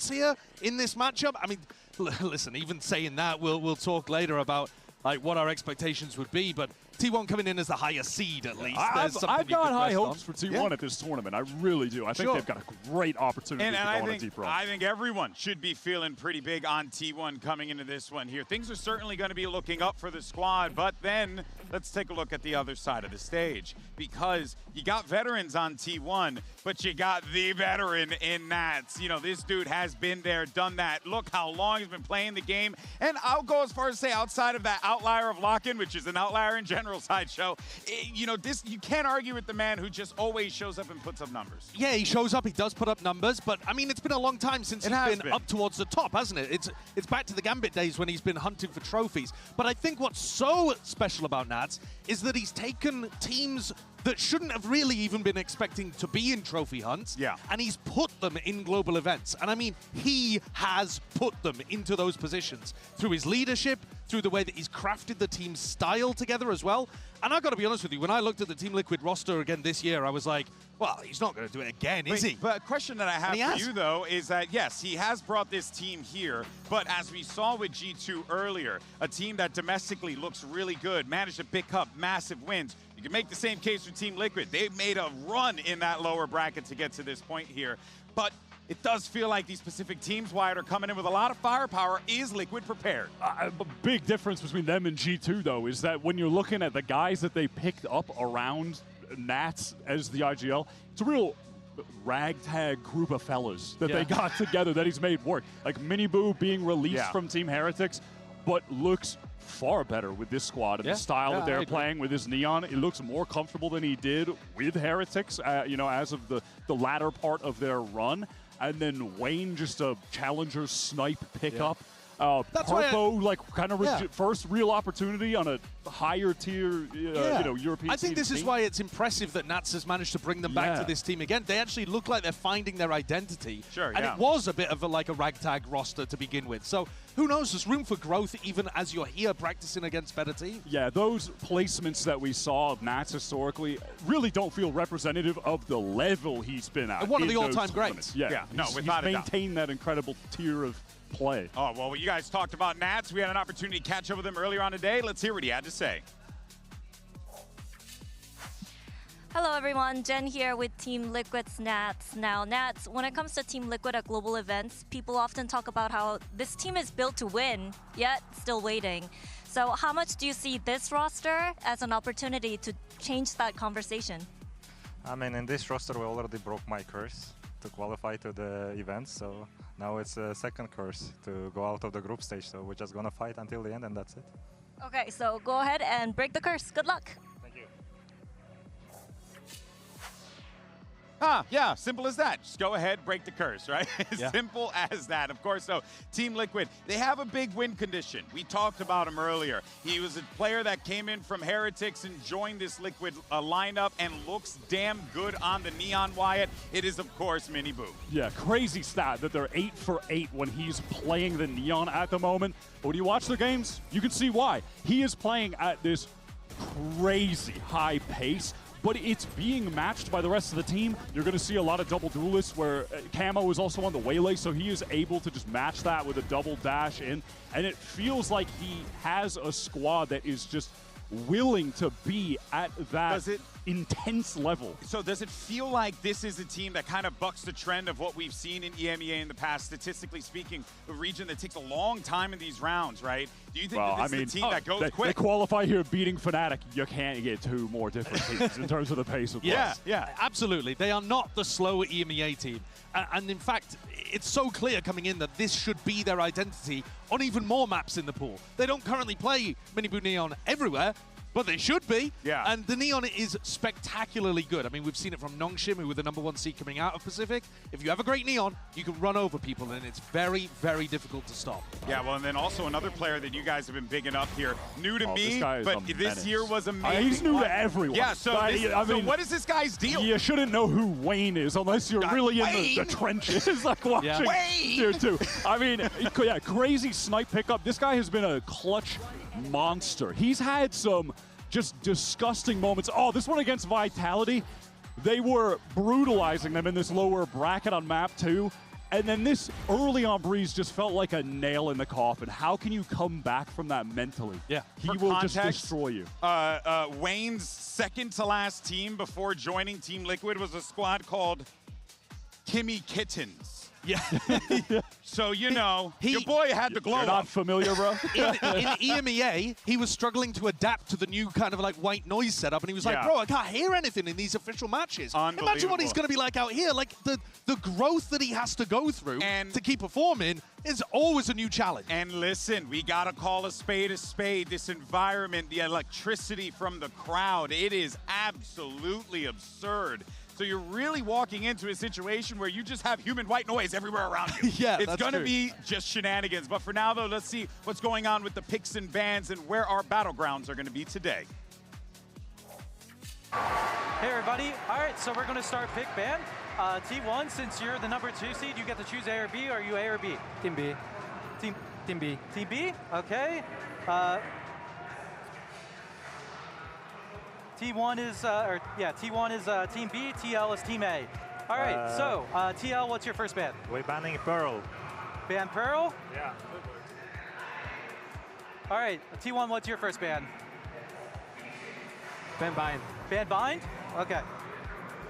All right, TL, what's your map 1 pick? We're picking Breeze. Pick Breeze. Yeah, correct. Okay. T1, what's your side on Breeze? Attack. Attack. All right, T1 is attack. T1, what's your map 2 pick? We pick Split. Pick Split. Okay, TL, what's your side on Split? We pick Attack. Pick Attack.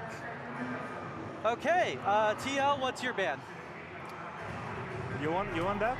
Yeah. Or you wanna? Okay, we ban Abyss. Ban Abyss. Yes. Okay, T1, what's your ban? We ban Karol. What's your ban? Pearl? We Karol. Corrode, okay. All right, then TL, what's your side on Haven, last map? We're starting defense. Defense? Defense, Defense, okay. All right, guys, so we have map 1 is Breeze with T1 on attack, map 2 is Split with TL on attack, map 3 is Haven with TL on defense. Good luck, everybody. Good luck. Have fun. I think that Bind Ban was a good target from T1, but Liquid, I feel they have 2 maps that are really up there at the top of their pool, Breeze being the other one. A map that I think, and I don't know this for a fact, but they might be the team of this tournament that has played Breeze the most of any other team. They've played it 5 times. Yeah, they love playing kickoff. T1 did play it 3 times, which is quite a bit as well. But for its re-addition into the pool, the map being changed as well, they've really leaned into it, and they have the maxed out, crazy. They play 2 halves of Valorant, attack and attack. Yeah. They just run it down crazy style on defense. Like, they'll be pushing all the way down mid, and Miniboo will pop his Neon ult and then send it through the vent door and start fighting in their spawn. It's crazy, man. But what I like from Team Liquid's side as well, in this map veto, they put T1 in an impossible situation at the end, where they get rid of the map that T1 are worst at, Corrode, and put them onto Haven, which was previously Team Liquid's perma. So they've never had to show Haven. It's going to be something brand new. It's going to be something you do not expect. So if it goes map 3, T1 are going to be in the trenches instantly. Probably some Neon. I feel like if we get there, like almost definitely, like 100%. I would expect it to be fast-paced for sure. Let's actually see what the predictions were, of course, for this matchup here. Let's ignore the first one. But actually a pretty even spread. Wait, we're 4-4 on everything. Yeah, and I gotta say, this is, you know, not all that surprising considering that this really was a day where, Sideshow, you don't know who could have come out on top. You don't have a clue, and I would also say, in general, I think T1 are going to be better than Liquid at this tournament, but I predicted Liquid because they've had more opportunity here to change stuff up, go hard into the Neon, and surprise T1 before they can react. So I think they're a very dangerous team to play, like game 1, day 1 of a tournament like this. This really might just be a match of who is hitting harder on the day with their aim. It might just come down to that. I don't think there's a massive tactical disparity between these 2 teams right now. It's 2 teams stacked with sick aimers and it might just come down to that, which just makes for some fun Valorant. I mean, one thing is for certain, though. What we're going to see here is a crowd that's going to give these two teams everything as we get ready for this next matchup. You got two teams that are gunning for the top. It's T1 going up against Team Liquid. The question is, who wants it more?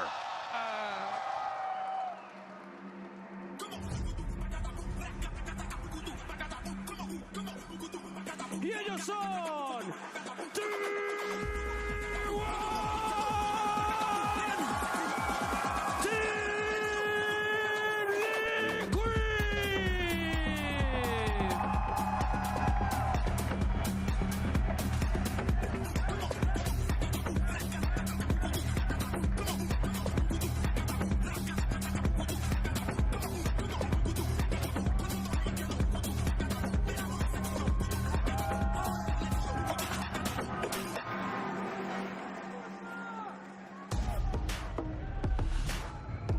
This is gonna be a banger. You got T1 versus Team Liquid, two teams that are hungry for it. On the T1 side, you have veterans across the board, players who have been there and have done that time and time again. But on the other side, you have a young team being led by a veteran who has experienced success, Wyatt, which means anything can go when you walk onto that stage here in Chile. I feel like Nats, when you talk about the experience, was this silent killer back in the day when he won that trophy, and now is this aura farming IGL, talking crazy trash to the other teams, keeping his own team mentally in it, really transformed into this, I feel like, all-rounder. I think the key when you're looking at the HyperX map select, though, is that Team Liquid have got to get out to a good start here. I love the second map pick from T1 of Split. I think that puts Team Liquid in a bit more of a difficult position. And who the hell knows what's going to happen on Haven? You got no clue. So I think Team Liquid have got to come out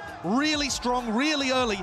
And that's difficult when it's, for some of these guys, your first ever time in a situation like this. I'm so excited for this match. This, I think, going into it, on paper, should be the highest pace, craziest Valorant we're going to see as far as two teams running it the hell down on each other, throwing haymakers, sick fraggers across the board. It should be insane. It's wild when you think about the history of the two regions as well, Pacific and EMEA. Pacific, at the beginning of Valorant's life, known as, you know, a region that liked to play the good, structured Valorant, but then you started to see the likes of Gen.G really start to pop off. Players like Meteor and Munchkin finding those moments of greatness and success. And on the other side in EMEA, as we were talking about before, a region historically known for that slower pace, taking their time. But this is like a new generation. Exactly. It's a new generation of talent across the board. But I do want to give the flowers to T1, fellas, because talk about adaptability. Talk about constantly evolving the playbook to keep up with the sign of the times, and it just so happened that it all just fell perfectly in their lap sideshow. Yeah, this should be their tournament to at least be favored to do better than they've ever done before. But you say that, they've already won a tournament in the past T1. That's so right. It's a crazy situation. They're coming in here more favored than they were at Bangkok, where they walked away with a trophy. I love the call that you alluded to earlier, Wyatt, where you're saying that this is just going to be teams throwing haymakers at each other. One of the focuses for me is going to be on whether the Miniboo Neon can outvalue the Jet pick on the other side on Breeze. Because I think the Jet Yoru is what we would consider to be a bit more standard. It's been the meta on this map and been extraordinarily successful for teams like Furia, for Gen.G, those kind of squads. And yet, Miniboo Neon is the win con for Liquid. It's the fact that you have just so much freedom with that Agent Neon that you want to slow things down a little bit because you need to. You can really play carefully, but then when you need to actually burst speed through, you have that option. Yes, you can do that with Jet, but with Neon, it's clear it just tailors the Miniboo style, and that could be dangerous for T1 to have to deal with. Absolutely. When they're going to be on that attack side, you are going to be terrified on all of these early rounds. You are susceptible to double duelist pushes at any given moment. It feels like Liquid do that genuinely 12 out of 12 rounds when they're on defense. Yeah. It's double up duelist, Camo and Minibu. They are sending it on an extremity, sending it down mid. It doesn't matter. They're sending it, man, and you have to be terrified. Great question, though, for both of you. Sideshow, start with you. Does Team Liquid have the ability to slow it down, though, in case things get a little bit too crazy? We haven't seen it from them yet. Do they need to? It doesn't mean that they can't do that, but on the defense side, as Wyatt's saying, they have been getting most of their value out of increasing the tempo and catching people off guard. I think there is something to be said, even as we discussed with G2. G2 were going up against another team that likes to play fast for the first time because they were getting outside of their comfort in Americas. I think you could say the same here for Liquid. They don't play against teams regularly who want to match their tempo. Yeah, I feel like they have been able to do that on attack sides, but when I saw them being able to bring it back when I saw them being able to do that the most effectively, though, it was on Bind. Yeah, like, I mean, their Bind is amazing. Yeah, like I'm thinking of them playing against Fnatic on Bind when they qualified, and they were struggling on attack when they were just continuing the crazy pace into those early rounds. They were losing, and then they slowed the tempo down, and they did win and out. But Bind is banned for a reason. It's because they're goated on that map, and T1 wanted to get rid of it. Which is crazy, because it's probably T1's second, maybe third best map they anyway. look great on it. And they decided to ban it because they're like, we do not want to play into Nats on Bind. Yeah. So I think then the question is, what does the rest of your pool look like, and can you get these younger, inexperienced players with a good speech to kind of settle the nerves a little? Ain't that the truth, brother? Of course, we don't want to let everyone know there is a small delay on stage. We're getting it sorted out. You know, want to make sure that everything is good to go when the server is up. So we'll stick with us for a little while as we continue the conversation here. And of course, we'd love to hear from you. Make sure you use those hashtags VCT as well as Valorant Masters. Get involved in the conversation across whatever social media platform you want, because we want to know from you who you think is going to win. Sound off in the chat right now. Who you think is going to win, T1 or Team Liquid? Make your voice heard. But as we continue this conversation forward here, Wyatt, I do want to bring it back to the experience. I think that it does need to be said that you're walking into a shark pit in this scenario, a shark pit that's very deep underwater, and you're just hearing noise above you nonstop because of all the human beings that are surrounding them right now. It is going to be a touch overwhelming. You're painting a colorful image. I see what you're talking about. I see the vision. See the pit. You see him on your screen right now, though. Meteor, you're talking about experience, two-time trophy winner against Nats, same roles head-to-head. I'm rolling up my sleeves. I'm showing you my vein. Inject it into it. Oh, excellent. That's what I want to see. Two of the all-time GOATs going at it, man. Why? Put a Band-Aid on that. Good Lord. Put it away. No, but seriously, though, yeah, you're right. You do have veterans on that side. If anything, I'm looking at T1 in this situation because for me, that's what I always go back to. Yes, you can go into the plays. Yes, you can go into the strats. But the reality is everyone's got a plan until they're punched in the face. Well, and there could very well be a lot of haymakers and punches that we're talking about. Yeah, there could be. I think there'll also be adaptations required, and that's where the coaches will come into play.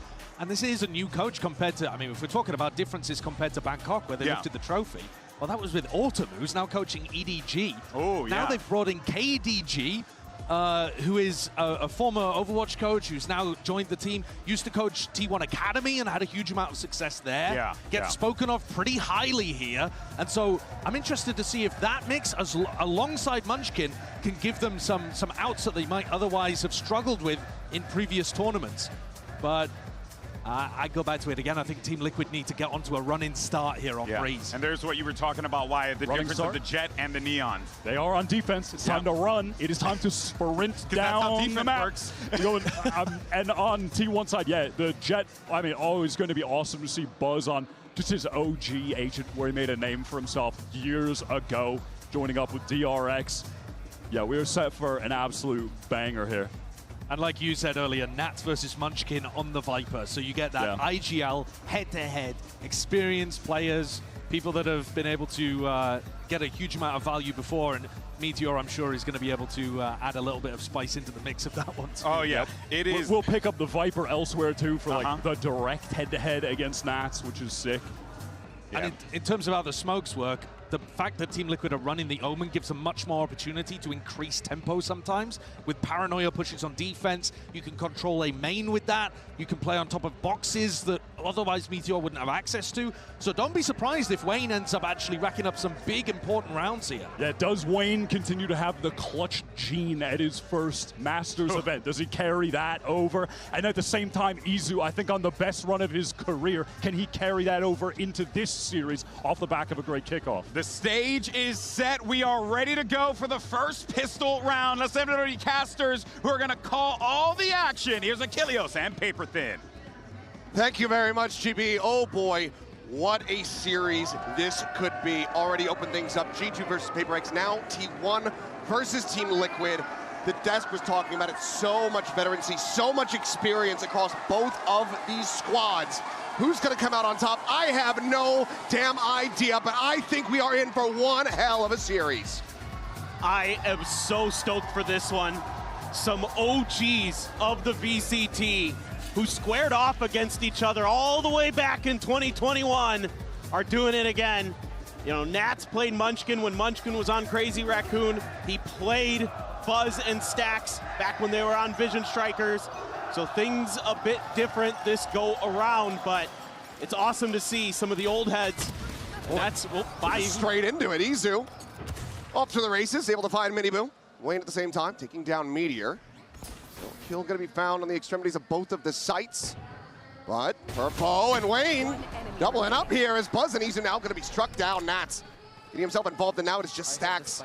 Sheriff in hand has been good with it, but not today, not on this round. Team Liquid very quickly take the opening pistol. That's a big one for Team Liquid because T1 was really good on pistols as the kickoff wore through in Pacific, because they were starting to just win them. RRQ learned that the hard way.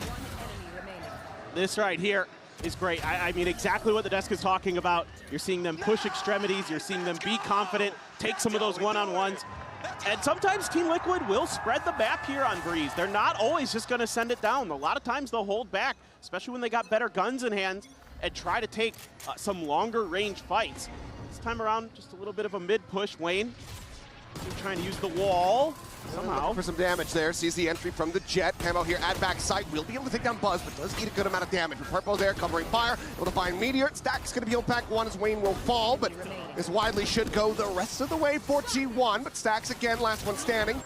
Does have a recovered weapon in his hand. Has to go for the reload as he tucks away. Swing of the pillar. Headshot bound. And it would be an ace clutch, and one of Monsters wanted that.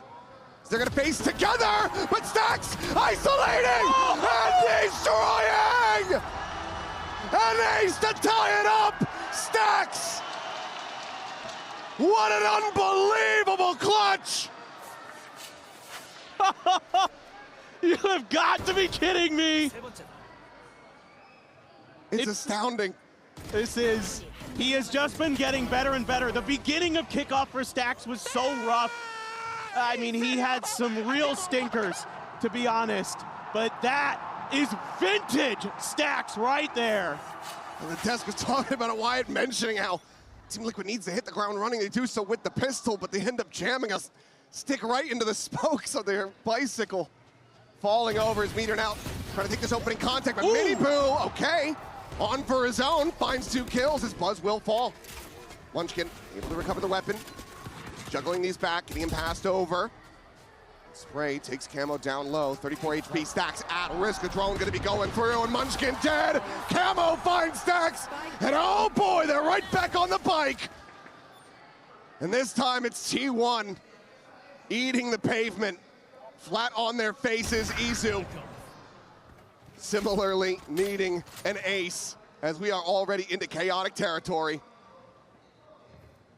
The stack set up around that corner. Izu gonna take the time to grab the orb, wants to get even closer to that dimensional drift. Grabs up the weapon, they'll hear the swap, but of course the spike is still a world away.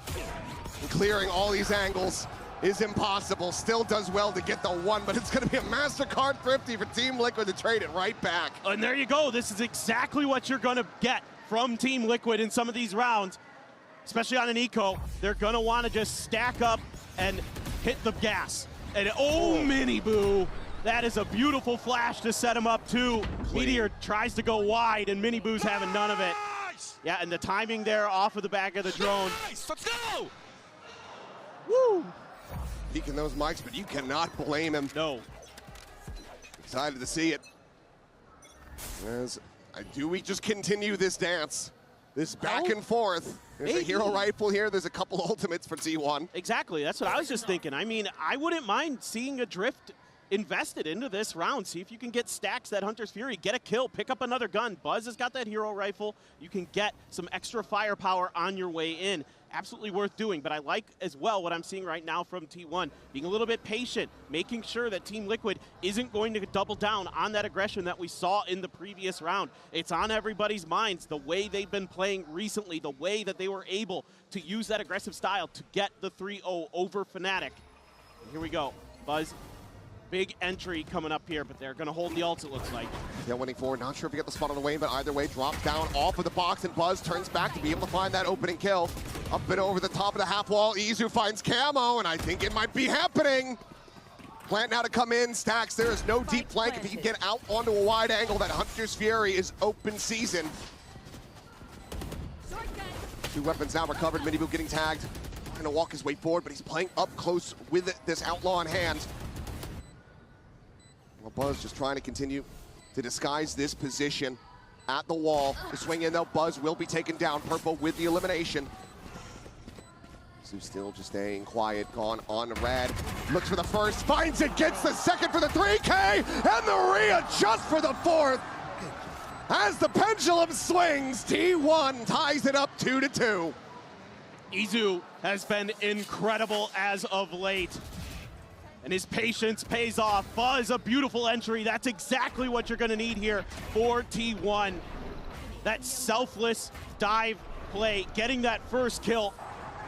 Something that Buzz has been very good at throughout his career.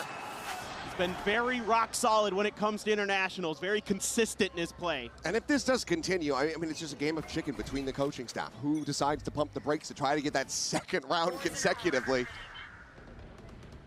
Camo, he's looking to just go ahead and continue this swing back into their favor. Finds Izu. Hero of the previous round, now dead on the floor. And this is going to open up some space for Miniboo. He will start to push if he doesn't sense any pressure. He's baiting for contact too. And there's none coming, so wouldn't be too surprised here. He starts making his move pretty quickly. Although it's hard to read. Last round, T1 very patient, sat back for quite a bit of the round. So for now, he's just starting to make his move. T1. And we're watching on that deep angle. It's going to be some damage exchange, but Camo taking the worst of it. Tag to 56, Wayne holding close, Stinger in hand. Stack sends out the drone, could undo this position. 46 seconds remaining on the clock. T1 still keeping things quiet. Gonna have to clear this close corner.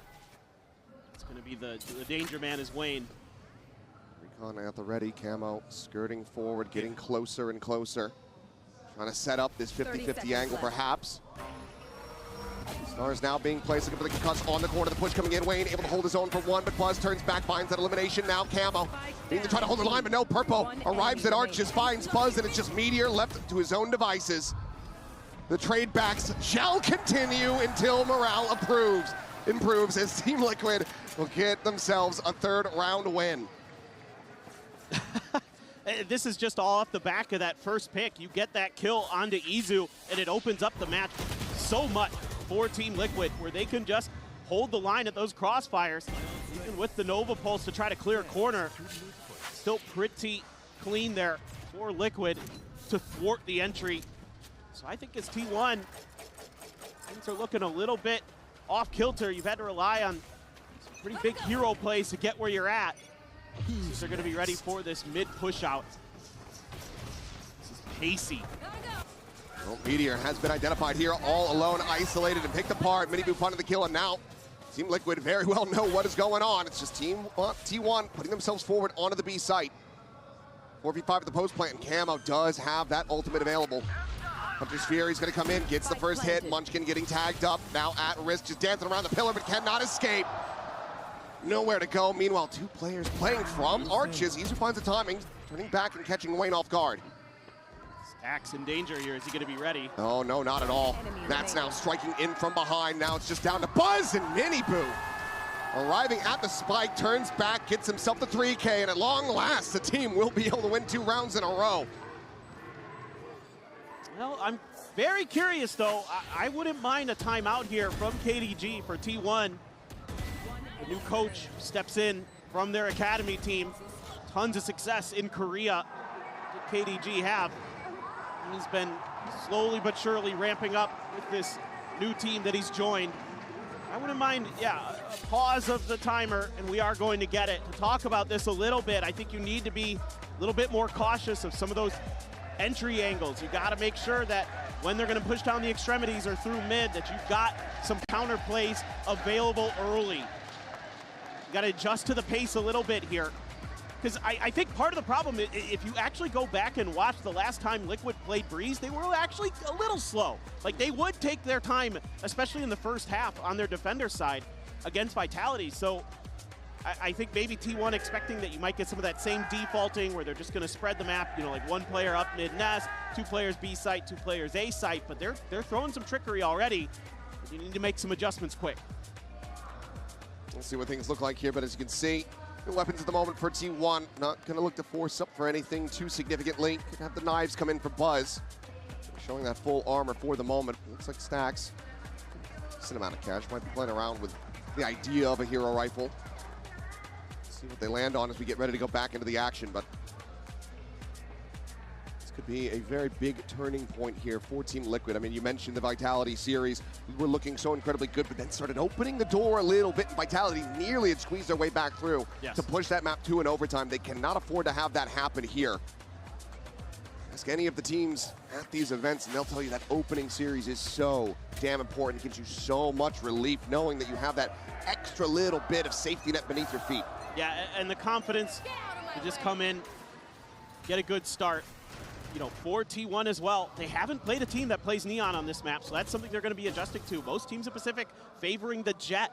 So actually, you know, this might just be also a tempo, a getting used to the pace. Here we go, Buzz knives out. Meteor gets himself on the board, solid kill on the Nats. Buzz trying to go for the entry. Little reposition. Camo gets himself back orange. As the smokes bloom, he'll swing around, does end up getting tagged by that drone. So for now, T1 have the site open enough to get a plant going. Still that Hunter's Fury in the back pocket. Surely Stacks remembers how to use it. As Izu, yeah, it's a real thing. It's a real guy. Finally finds the kill. Stacks whittled away at down to 20. Meteor now going to be taken out of the equation. Thrifty, the odds of closing this one out starting to dwindle for T1. The 3v4 in this post plant, the stun coming through, but Buzz with the knives is able to find himself a second kill. Updraft, looking for it, dashes away. The chase coming in though, and Miniboo hounds him down. Munchkin now last one standing to try to make a go of this. The 1v2, a Sheriff in hand, Snakebite delays. Wayne now getting onto the spike, trying to hold it up to half. The swing coming in, and Munchkin just cannot align it. Miniboo, another big multi-frag round for him. Collects the defuse, will be 2 charges away from the overdrive. Liquid now have a 3-round lead. Yeah, you can already see this Neon is giving T1 fits. Decent knives from Buzz, but Miniboo all over the place. So hard to read what he's doing. A nice setup there with the util for him too. And then just doing a little bit of blocking for the diffuser. Wayne sticks it, has the smoke advantage as well. So difficult for Munchkin in that position. Not a bad idea there mostly, but somehow Camo able to slip the net past the eyes of, if it was Buzz or whoever's supposed to be watching that angle at that point. Great timing. Now you have an operator online. First round for that, so a bit of a change up and something that they're gonna have to be concerned about, but for now, Nats holding this door, turns the pop flash, and mows them all down! Holds the door, gets himself 3, and T1. They are stuck up creek without a paddle. As Miniboo on the prowl, swinging around from behind, looking for the kill, and Stacks will be able to shut him down. How are you meant to get your way back into a winning position? You are not, unless Stacks pulls another ace out of his rear. He'll just be good for another kill. And Team Liquid now get up to 6. It's only a matter of time with Nats before he shows up in one of those tricky positions where you least expect him. And he once again tucks in right outside of the smoke, and nobody checks it. Oh boy. You throw in the Cosmic Divide there too. That makes that much worse. Not to be.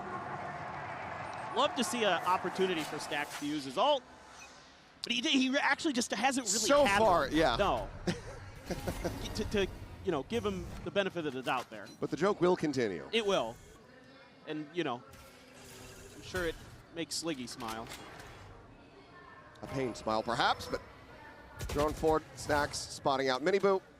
Doesn't get the tag, though, so these players in elbow not really able to play off this, and now they have a drone going their way that they have to be concerned about. And Izu trying to clear it. Miniboo. Oh. I don't think he had information on Buzz, but he just gets the turn fast enough. Overdrive into the zap down. Izu gone. That's both duelists now dead. These T1 are struggling.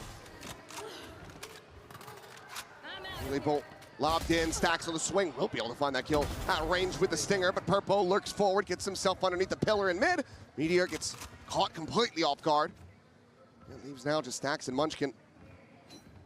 The latter, which has not gotten themselves on the board yet in this map, will do so now. Taking down Nats for his first kill. 2v3 suddenly starts becoming a little bit more possible, and they're going to be committing the pit into this one as well. Not the greatest weapon for the Viper, though, as he's going to look maybe for a timing here. Paranoid up into the corner, just tucked away. The push is coming through, trying to play it patiently. And my God, Munchkin finds one, tucks out immediately, but wasn't able to find a second kill. But now they have to go hunting. They have to try to clear him out.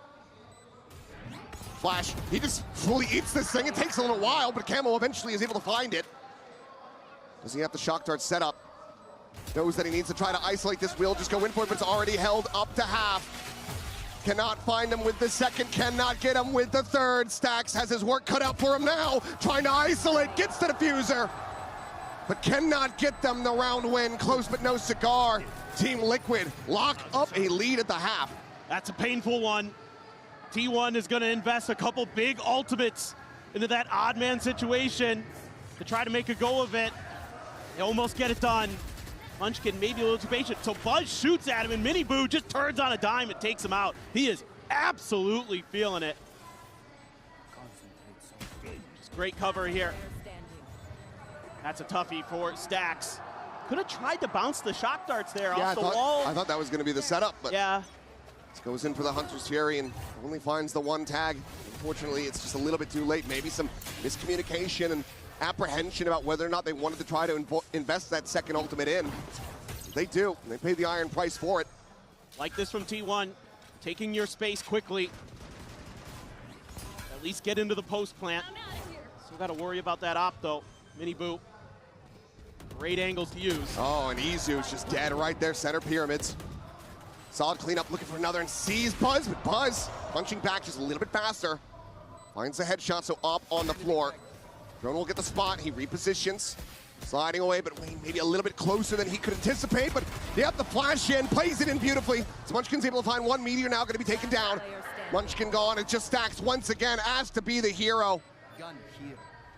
A 1v3, and Camo's got him dead to rights. Clean shot. As I'm not sure why the pit is blooming, but Team Liquid get the round win. Maybe a bit of a Lakia moment. Still 2 more rounds to be played out here, Nats. You know, Nats, you had that one TP incident last year as well. But it's okay. I mean, Team Liquid is just frying right now. I mean, the way that they're being diligent about going through, clearing every angle, making sure that T1 is kind of off balance, trying to cover the space that they're losing to these kills, to these trades. And it's just phenomenal stuff from Liquid. Maybe we'll hear the comms, and Nats just like, you know, I don't even need this. Here you go. I'll give you a freebie. See if you can still try to win a round. I don't think Nats is that generous. But maybe. He is that ruthless. Once again, fadeaway coming through. Miniboo looking to try to pre-fire the smoke. Look at the dart. It's going to be Wayne holding close, able to find the kill on a Buzz, but Munchkin with that Guardian in hand, storming forward, is able to find 2, and Stacks gets a piece of the pie as Purple will be taken down. 4-2. Cash aplenty. Do they try to make a go of this? Do they just back away? You do have Izu and Stacks who are critically close to getting those ultimates back online. So they are going to try to play this one forward, and Meteor going to be taken down. Camo able to just get a quick turn, and Izu will get out of dodge. It's Camo walking through the wall. Just 6 HP to try to be the difference maker, but Stax will just pop up and say, how do you do? Cleans up the kill, and T1 will now break the win streak of Team Liquid, but the best they can hope for is an 8-4 half. And this is kind of what I was starting to think in the back of my head is just turn up the tempo yourselves, T1. What you've been trying hasn't been working, so just make it scrappy. You know, you're a Pacific team. That's what we do in Pacific. It's scrap. It's just everybody just throwing what they've got and just trying to out-tempo your opponents. And Munchkin, one of the best with the Guardian, finds 2 big ones there on the entry. Really break that one open. T1. Look at this push. 4 players at the mid doors as Camo goes sprinting out once again, immediately investing this ultimate, trying to see what info he can gather. And now Munchkin is under fire and taken down. He's not going to find that much damage on the mini-boo. As T1 now completely surrounded on all fronts. Main position will be abandoned, but they don't know that, so have to be wary about it. As the swing comes in, Camo immediately has the shutdown. Gorgeous shot from him. Stax opening up with the Hunter's Fury, able to find Purpo, looking for a little bit more, but Camo is still taking names. Meteor eliminated Buzz now. Here with his long-term teammate, trying to be the difference makers as they get one apiece. The knives come out, but it doesn't matter. Stax, another massive round for him. Locks up the 4th and final round in T1's favor. That's a big hold for those 2 players because Team Liquid out-macroed the hell out of them on that round. They use their drift to set up that crossfire to take out Munchkin. Then Izu drifts on the back of sight, doesn't see a damn thing, and that makes it easier for Camo because he gets Izu on the drop. He's not ready for it, but a decent little end there for T1. It's been a wild half already, so we need a quick little break. We'll see you guys after the halftime.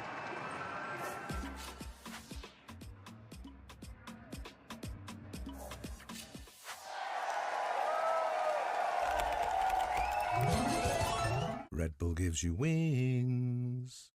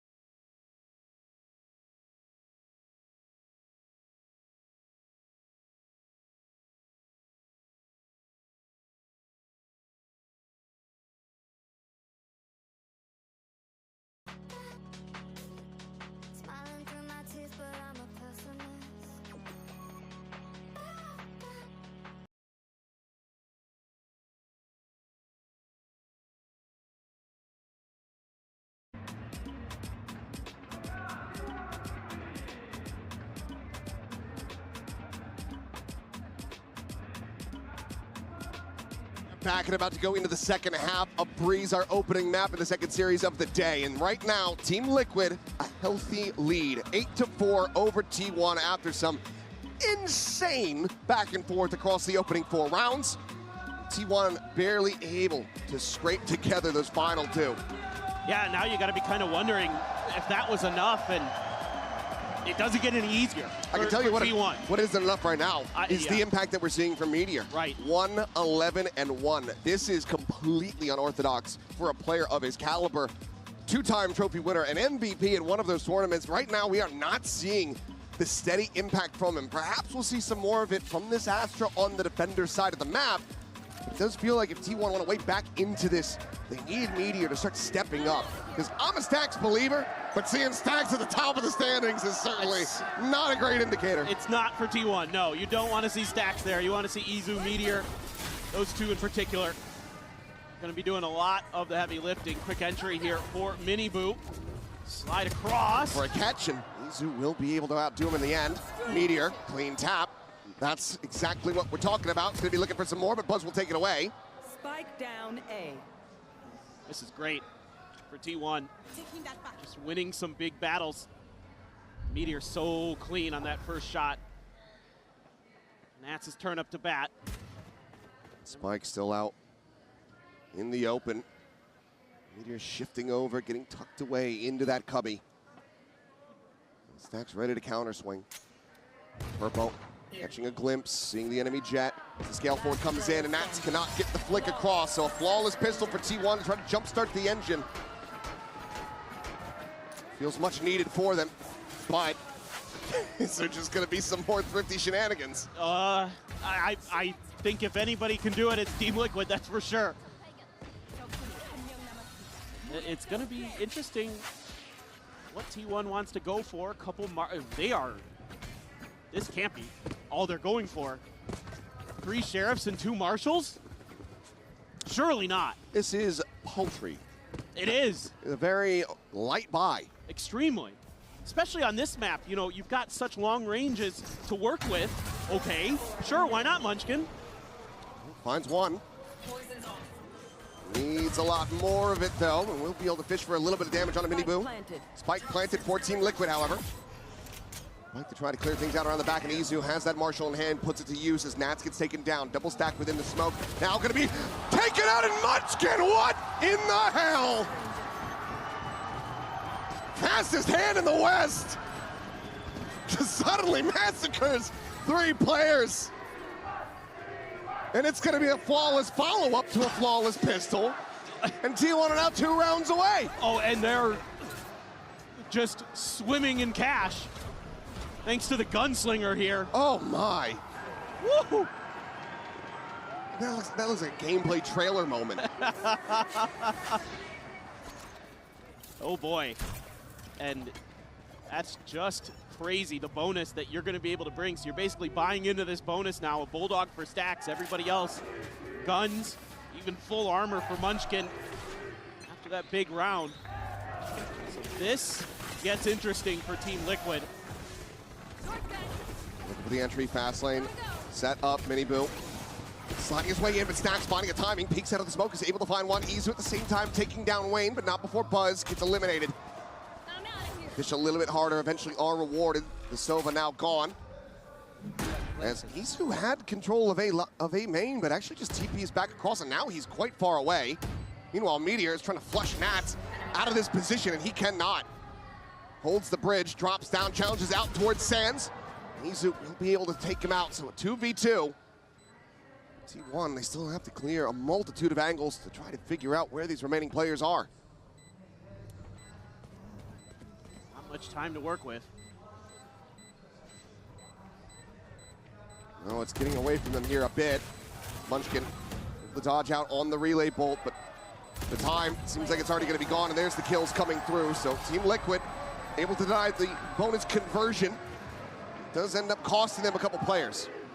Yeah, and so the money going to be a little bit weak, but you're going to have enough here to get that outlaw for Nats. And he knows that he's going to be afforded opportunities based on the economy of T1 to find some players that are going to have half armors, most likely. And as we can see, it's going to be 3 out of 5 for T1 that are going to be vulnerable to the one-tap body shot from Nats. Of course, everybody remembers what he did in overtime with it on Abyss, but a little bit of a different scenario here, of course. They're holding back. They're expecting aggression out of T1, but kind of just trying to read into Munchkin's mind, which not the easiest to do for sure, but you do have a little bit of a push out, some space gained in mid for Izu, but otherwise, just Munchkin holding close. Go, go, go. Right at the front of B. Stacks gonna clear A main, gonna see nothing. This is a little bit difficult. Okay, so now you know the Outlaw's there. And as Stacks, he's okay with that. He can challenge that with his full armor. Meteor cannot. Now they're gonna go that way. Maybe the game plan here is challenge Stacks instead of Boaster for this one. We'll see. Meteor just pulling back away. TP forward from Camo. Quick spot out.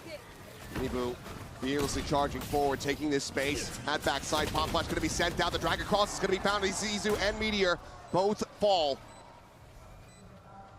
Stacks just slowly creeping out towards safety. Call to save may very well have already been made, but they're not going to be able to retain too much of anything as Buzz joins him 6 feet under.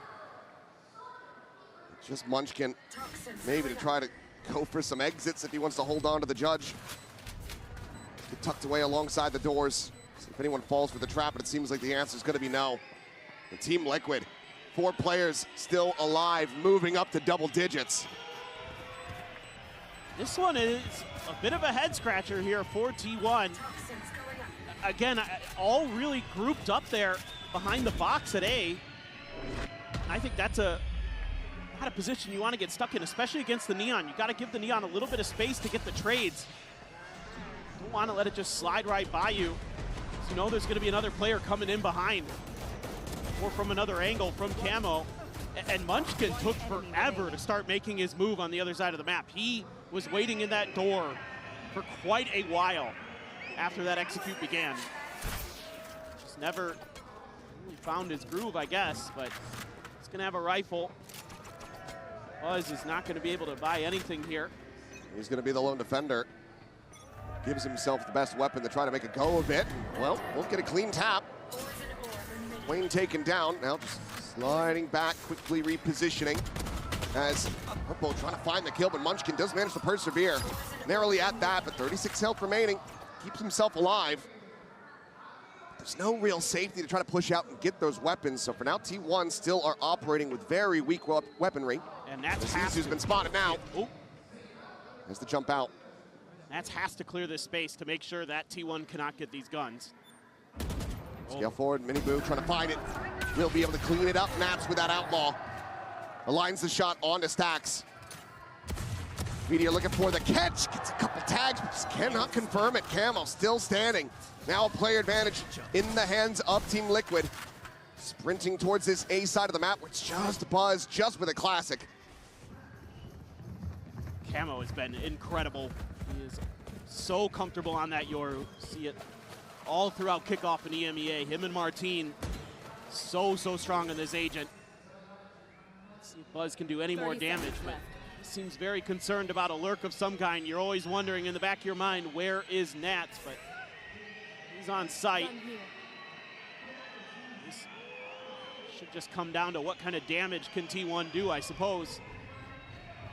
I think he'll be finding too much. Just Munch getting sniped out of the sky. And a Sheriff in hand.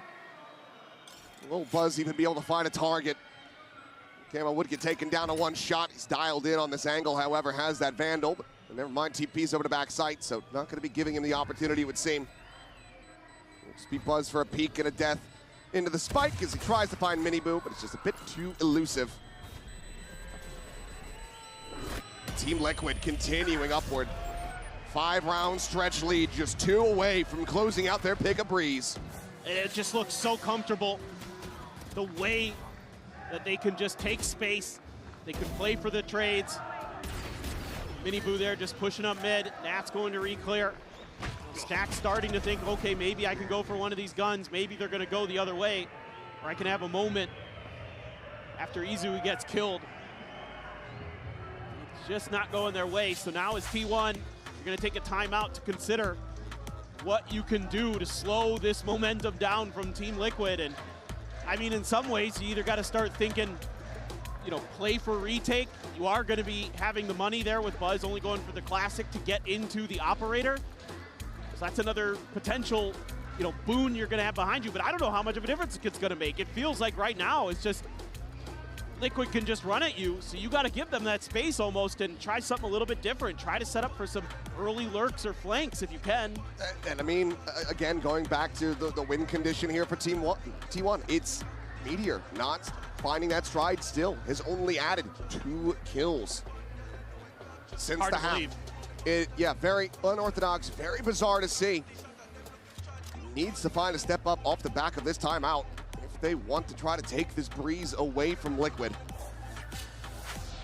Yeah, when you've got the double duelist just frying like Team Liquids are, it's so hard to stop that in this meta. 17-8-9 for Camo. Yeah, in this meta, that's exactly what you want as Liquid. They're going to give it another, I mean, they're just probably just going to slam into A here. Buzz has got the op. I mean, he's going to have to get out fast. Waiting for timing. Going for the peak. Goes in a little bit deeper sense of the shot, but it's going to go wide. Now he's getting chased down. His little movement skirts out towards safety, but is tagged up to all hell. 11 HP remaining. Now Meteor on an island, isolated and picked apart. Wayne able to find that kill. An explosion, Death comes in, Purple able to find Buzz. Miniboo takes down Stacks. And it is just Munchkin still sprinting over to try to do anything. He'll clean up one, he'll get the enemy IGL, but he is not getting this round.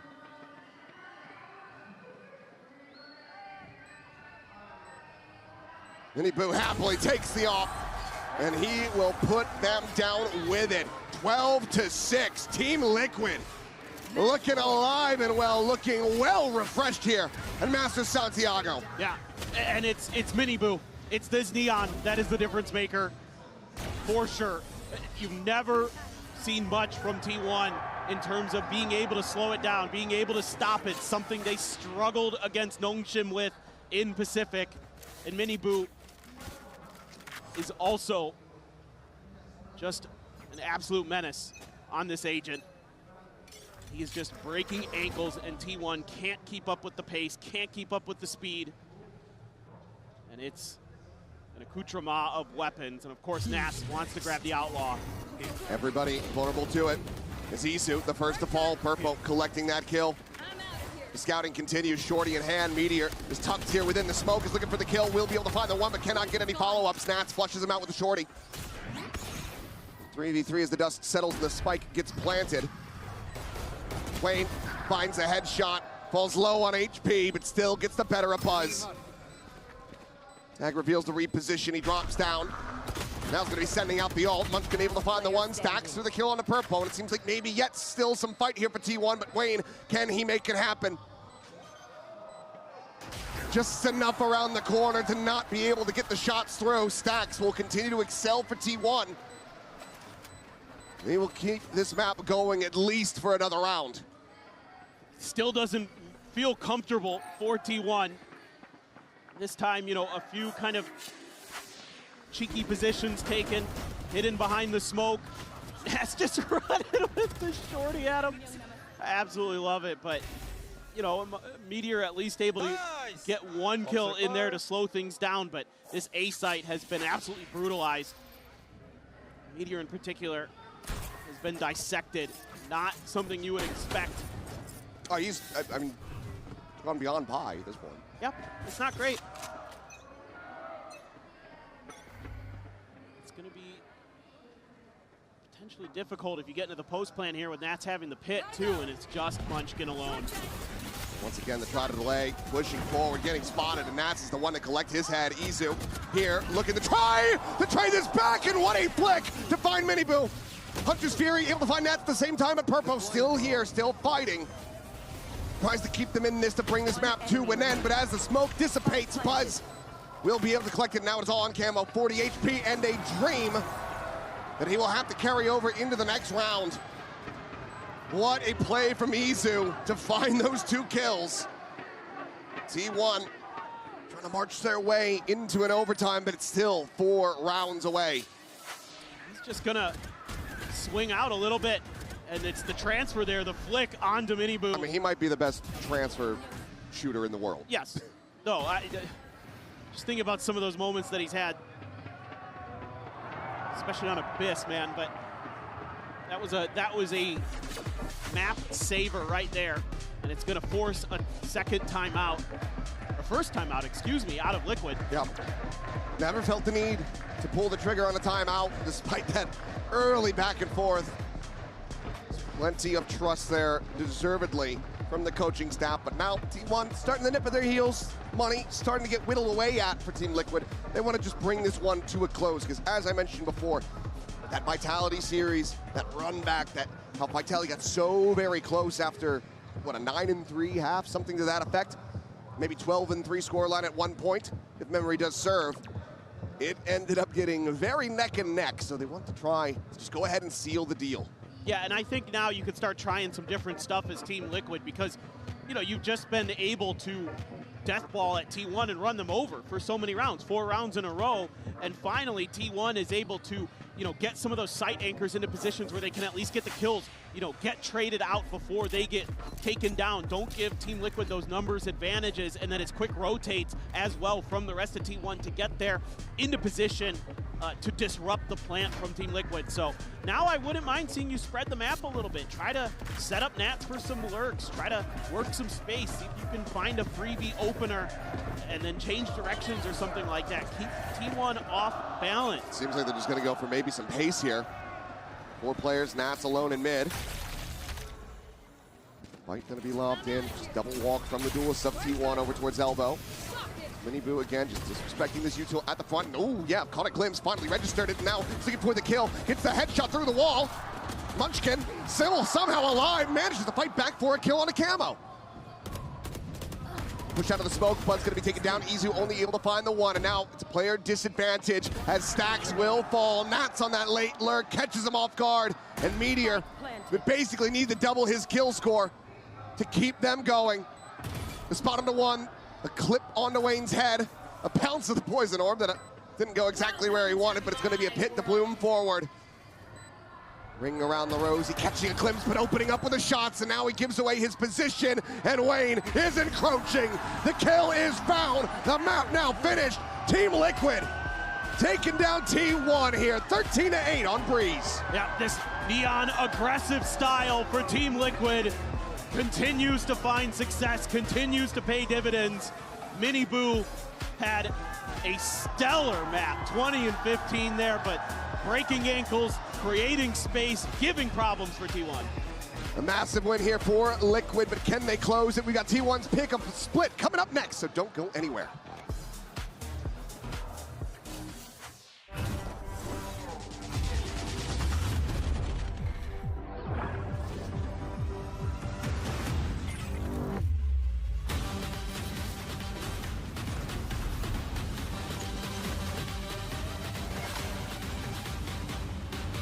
The human body was built to move, not trapped at a desk in one singular posture for 12 hours a day. It's time your chair evolved. This is Secret Lab Titan Evo. Ergonomically engineered for you, gamers, hybrid workers, artists, backing your every move.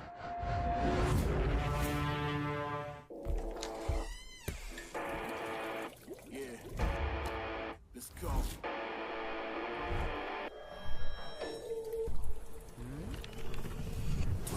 I'm untouchable. Yeah, I'm untouchable. Yeah, I'm untouchable. Yeah, I'm untouchable.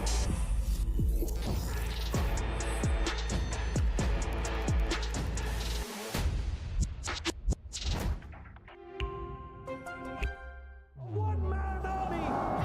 Oh, triple! What? He's hunting down that title.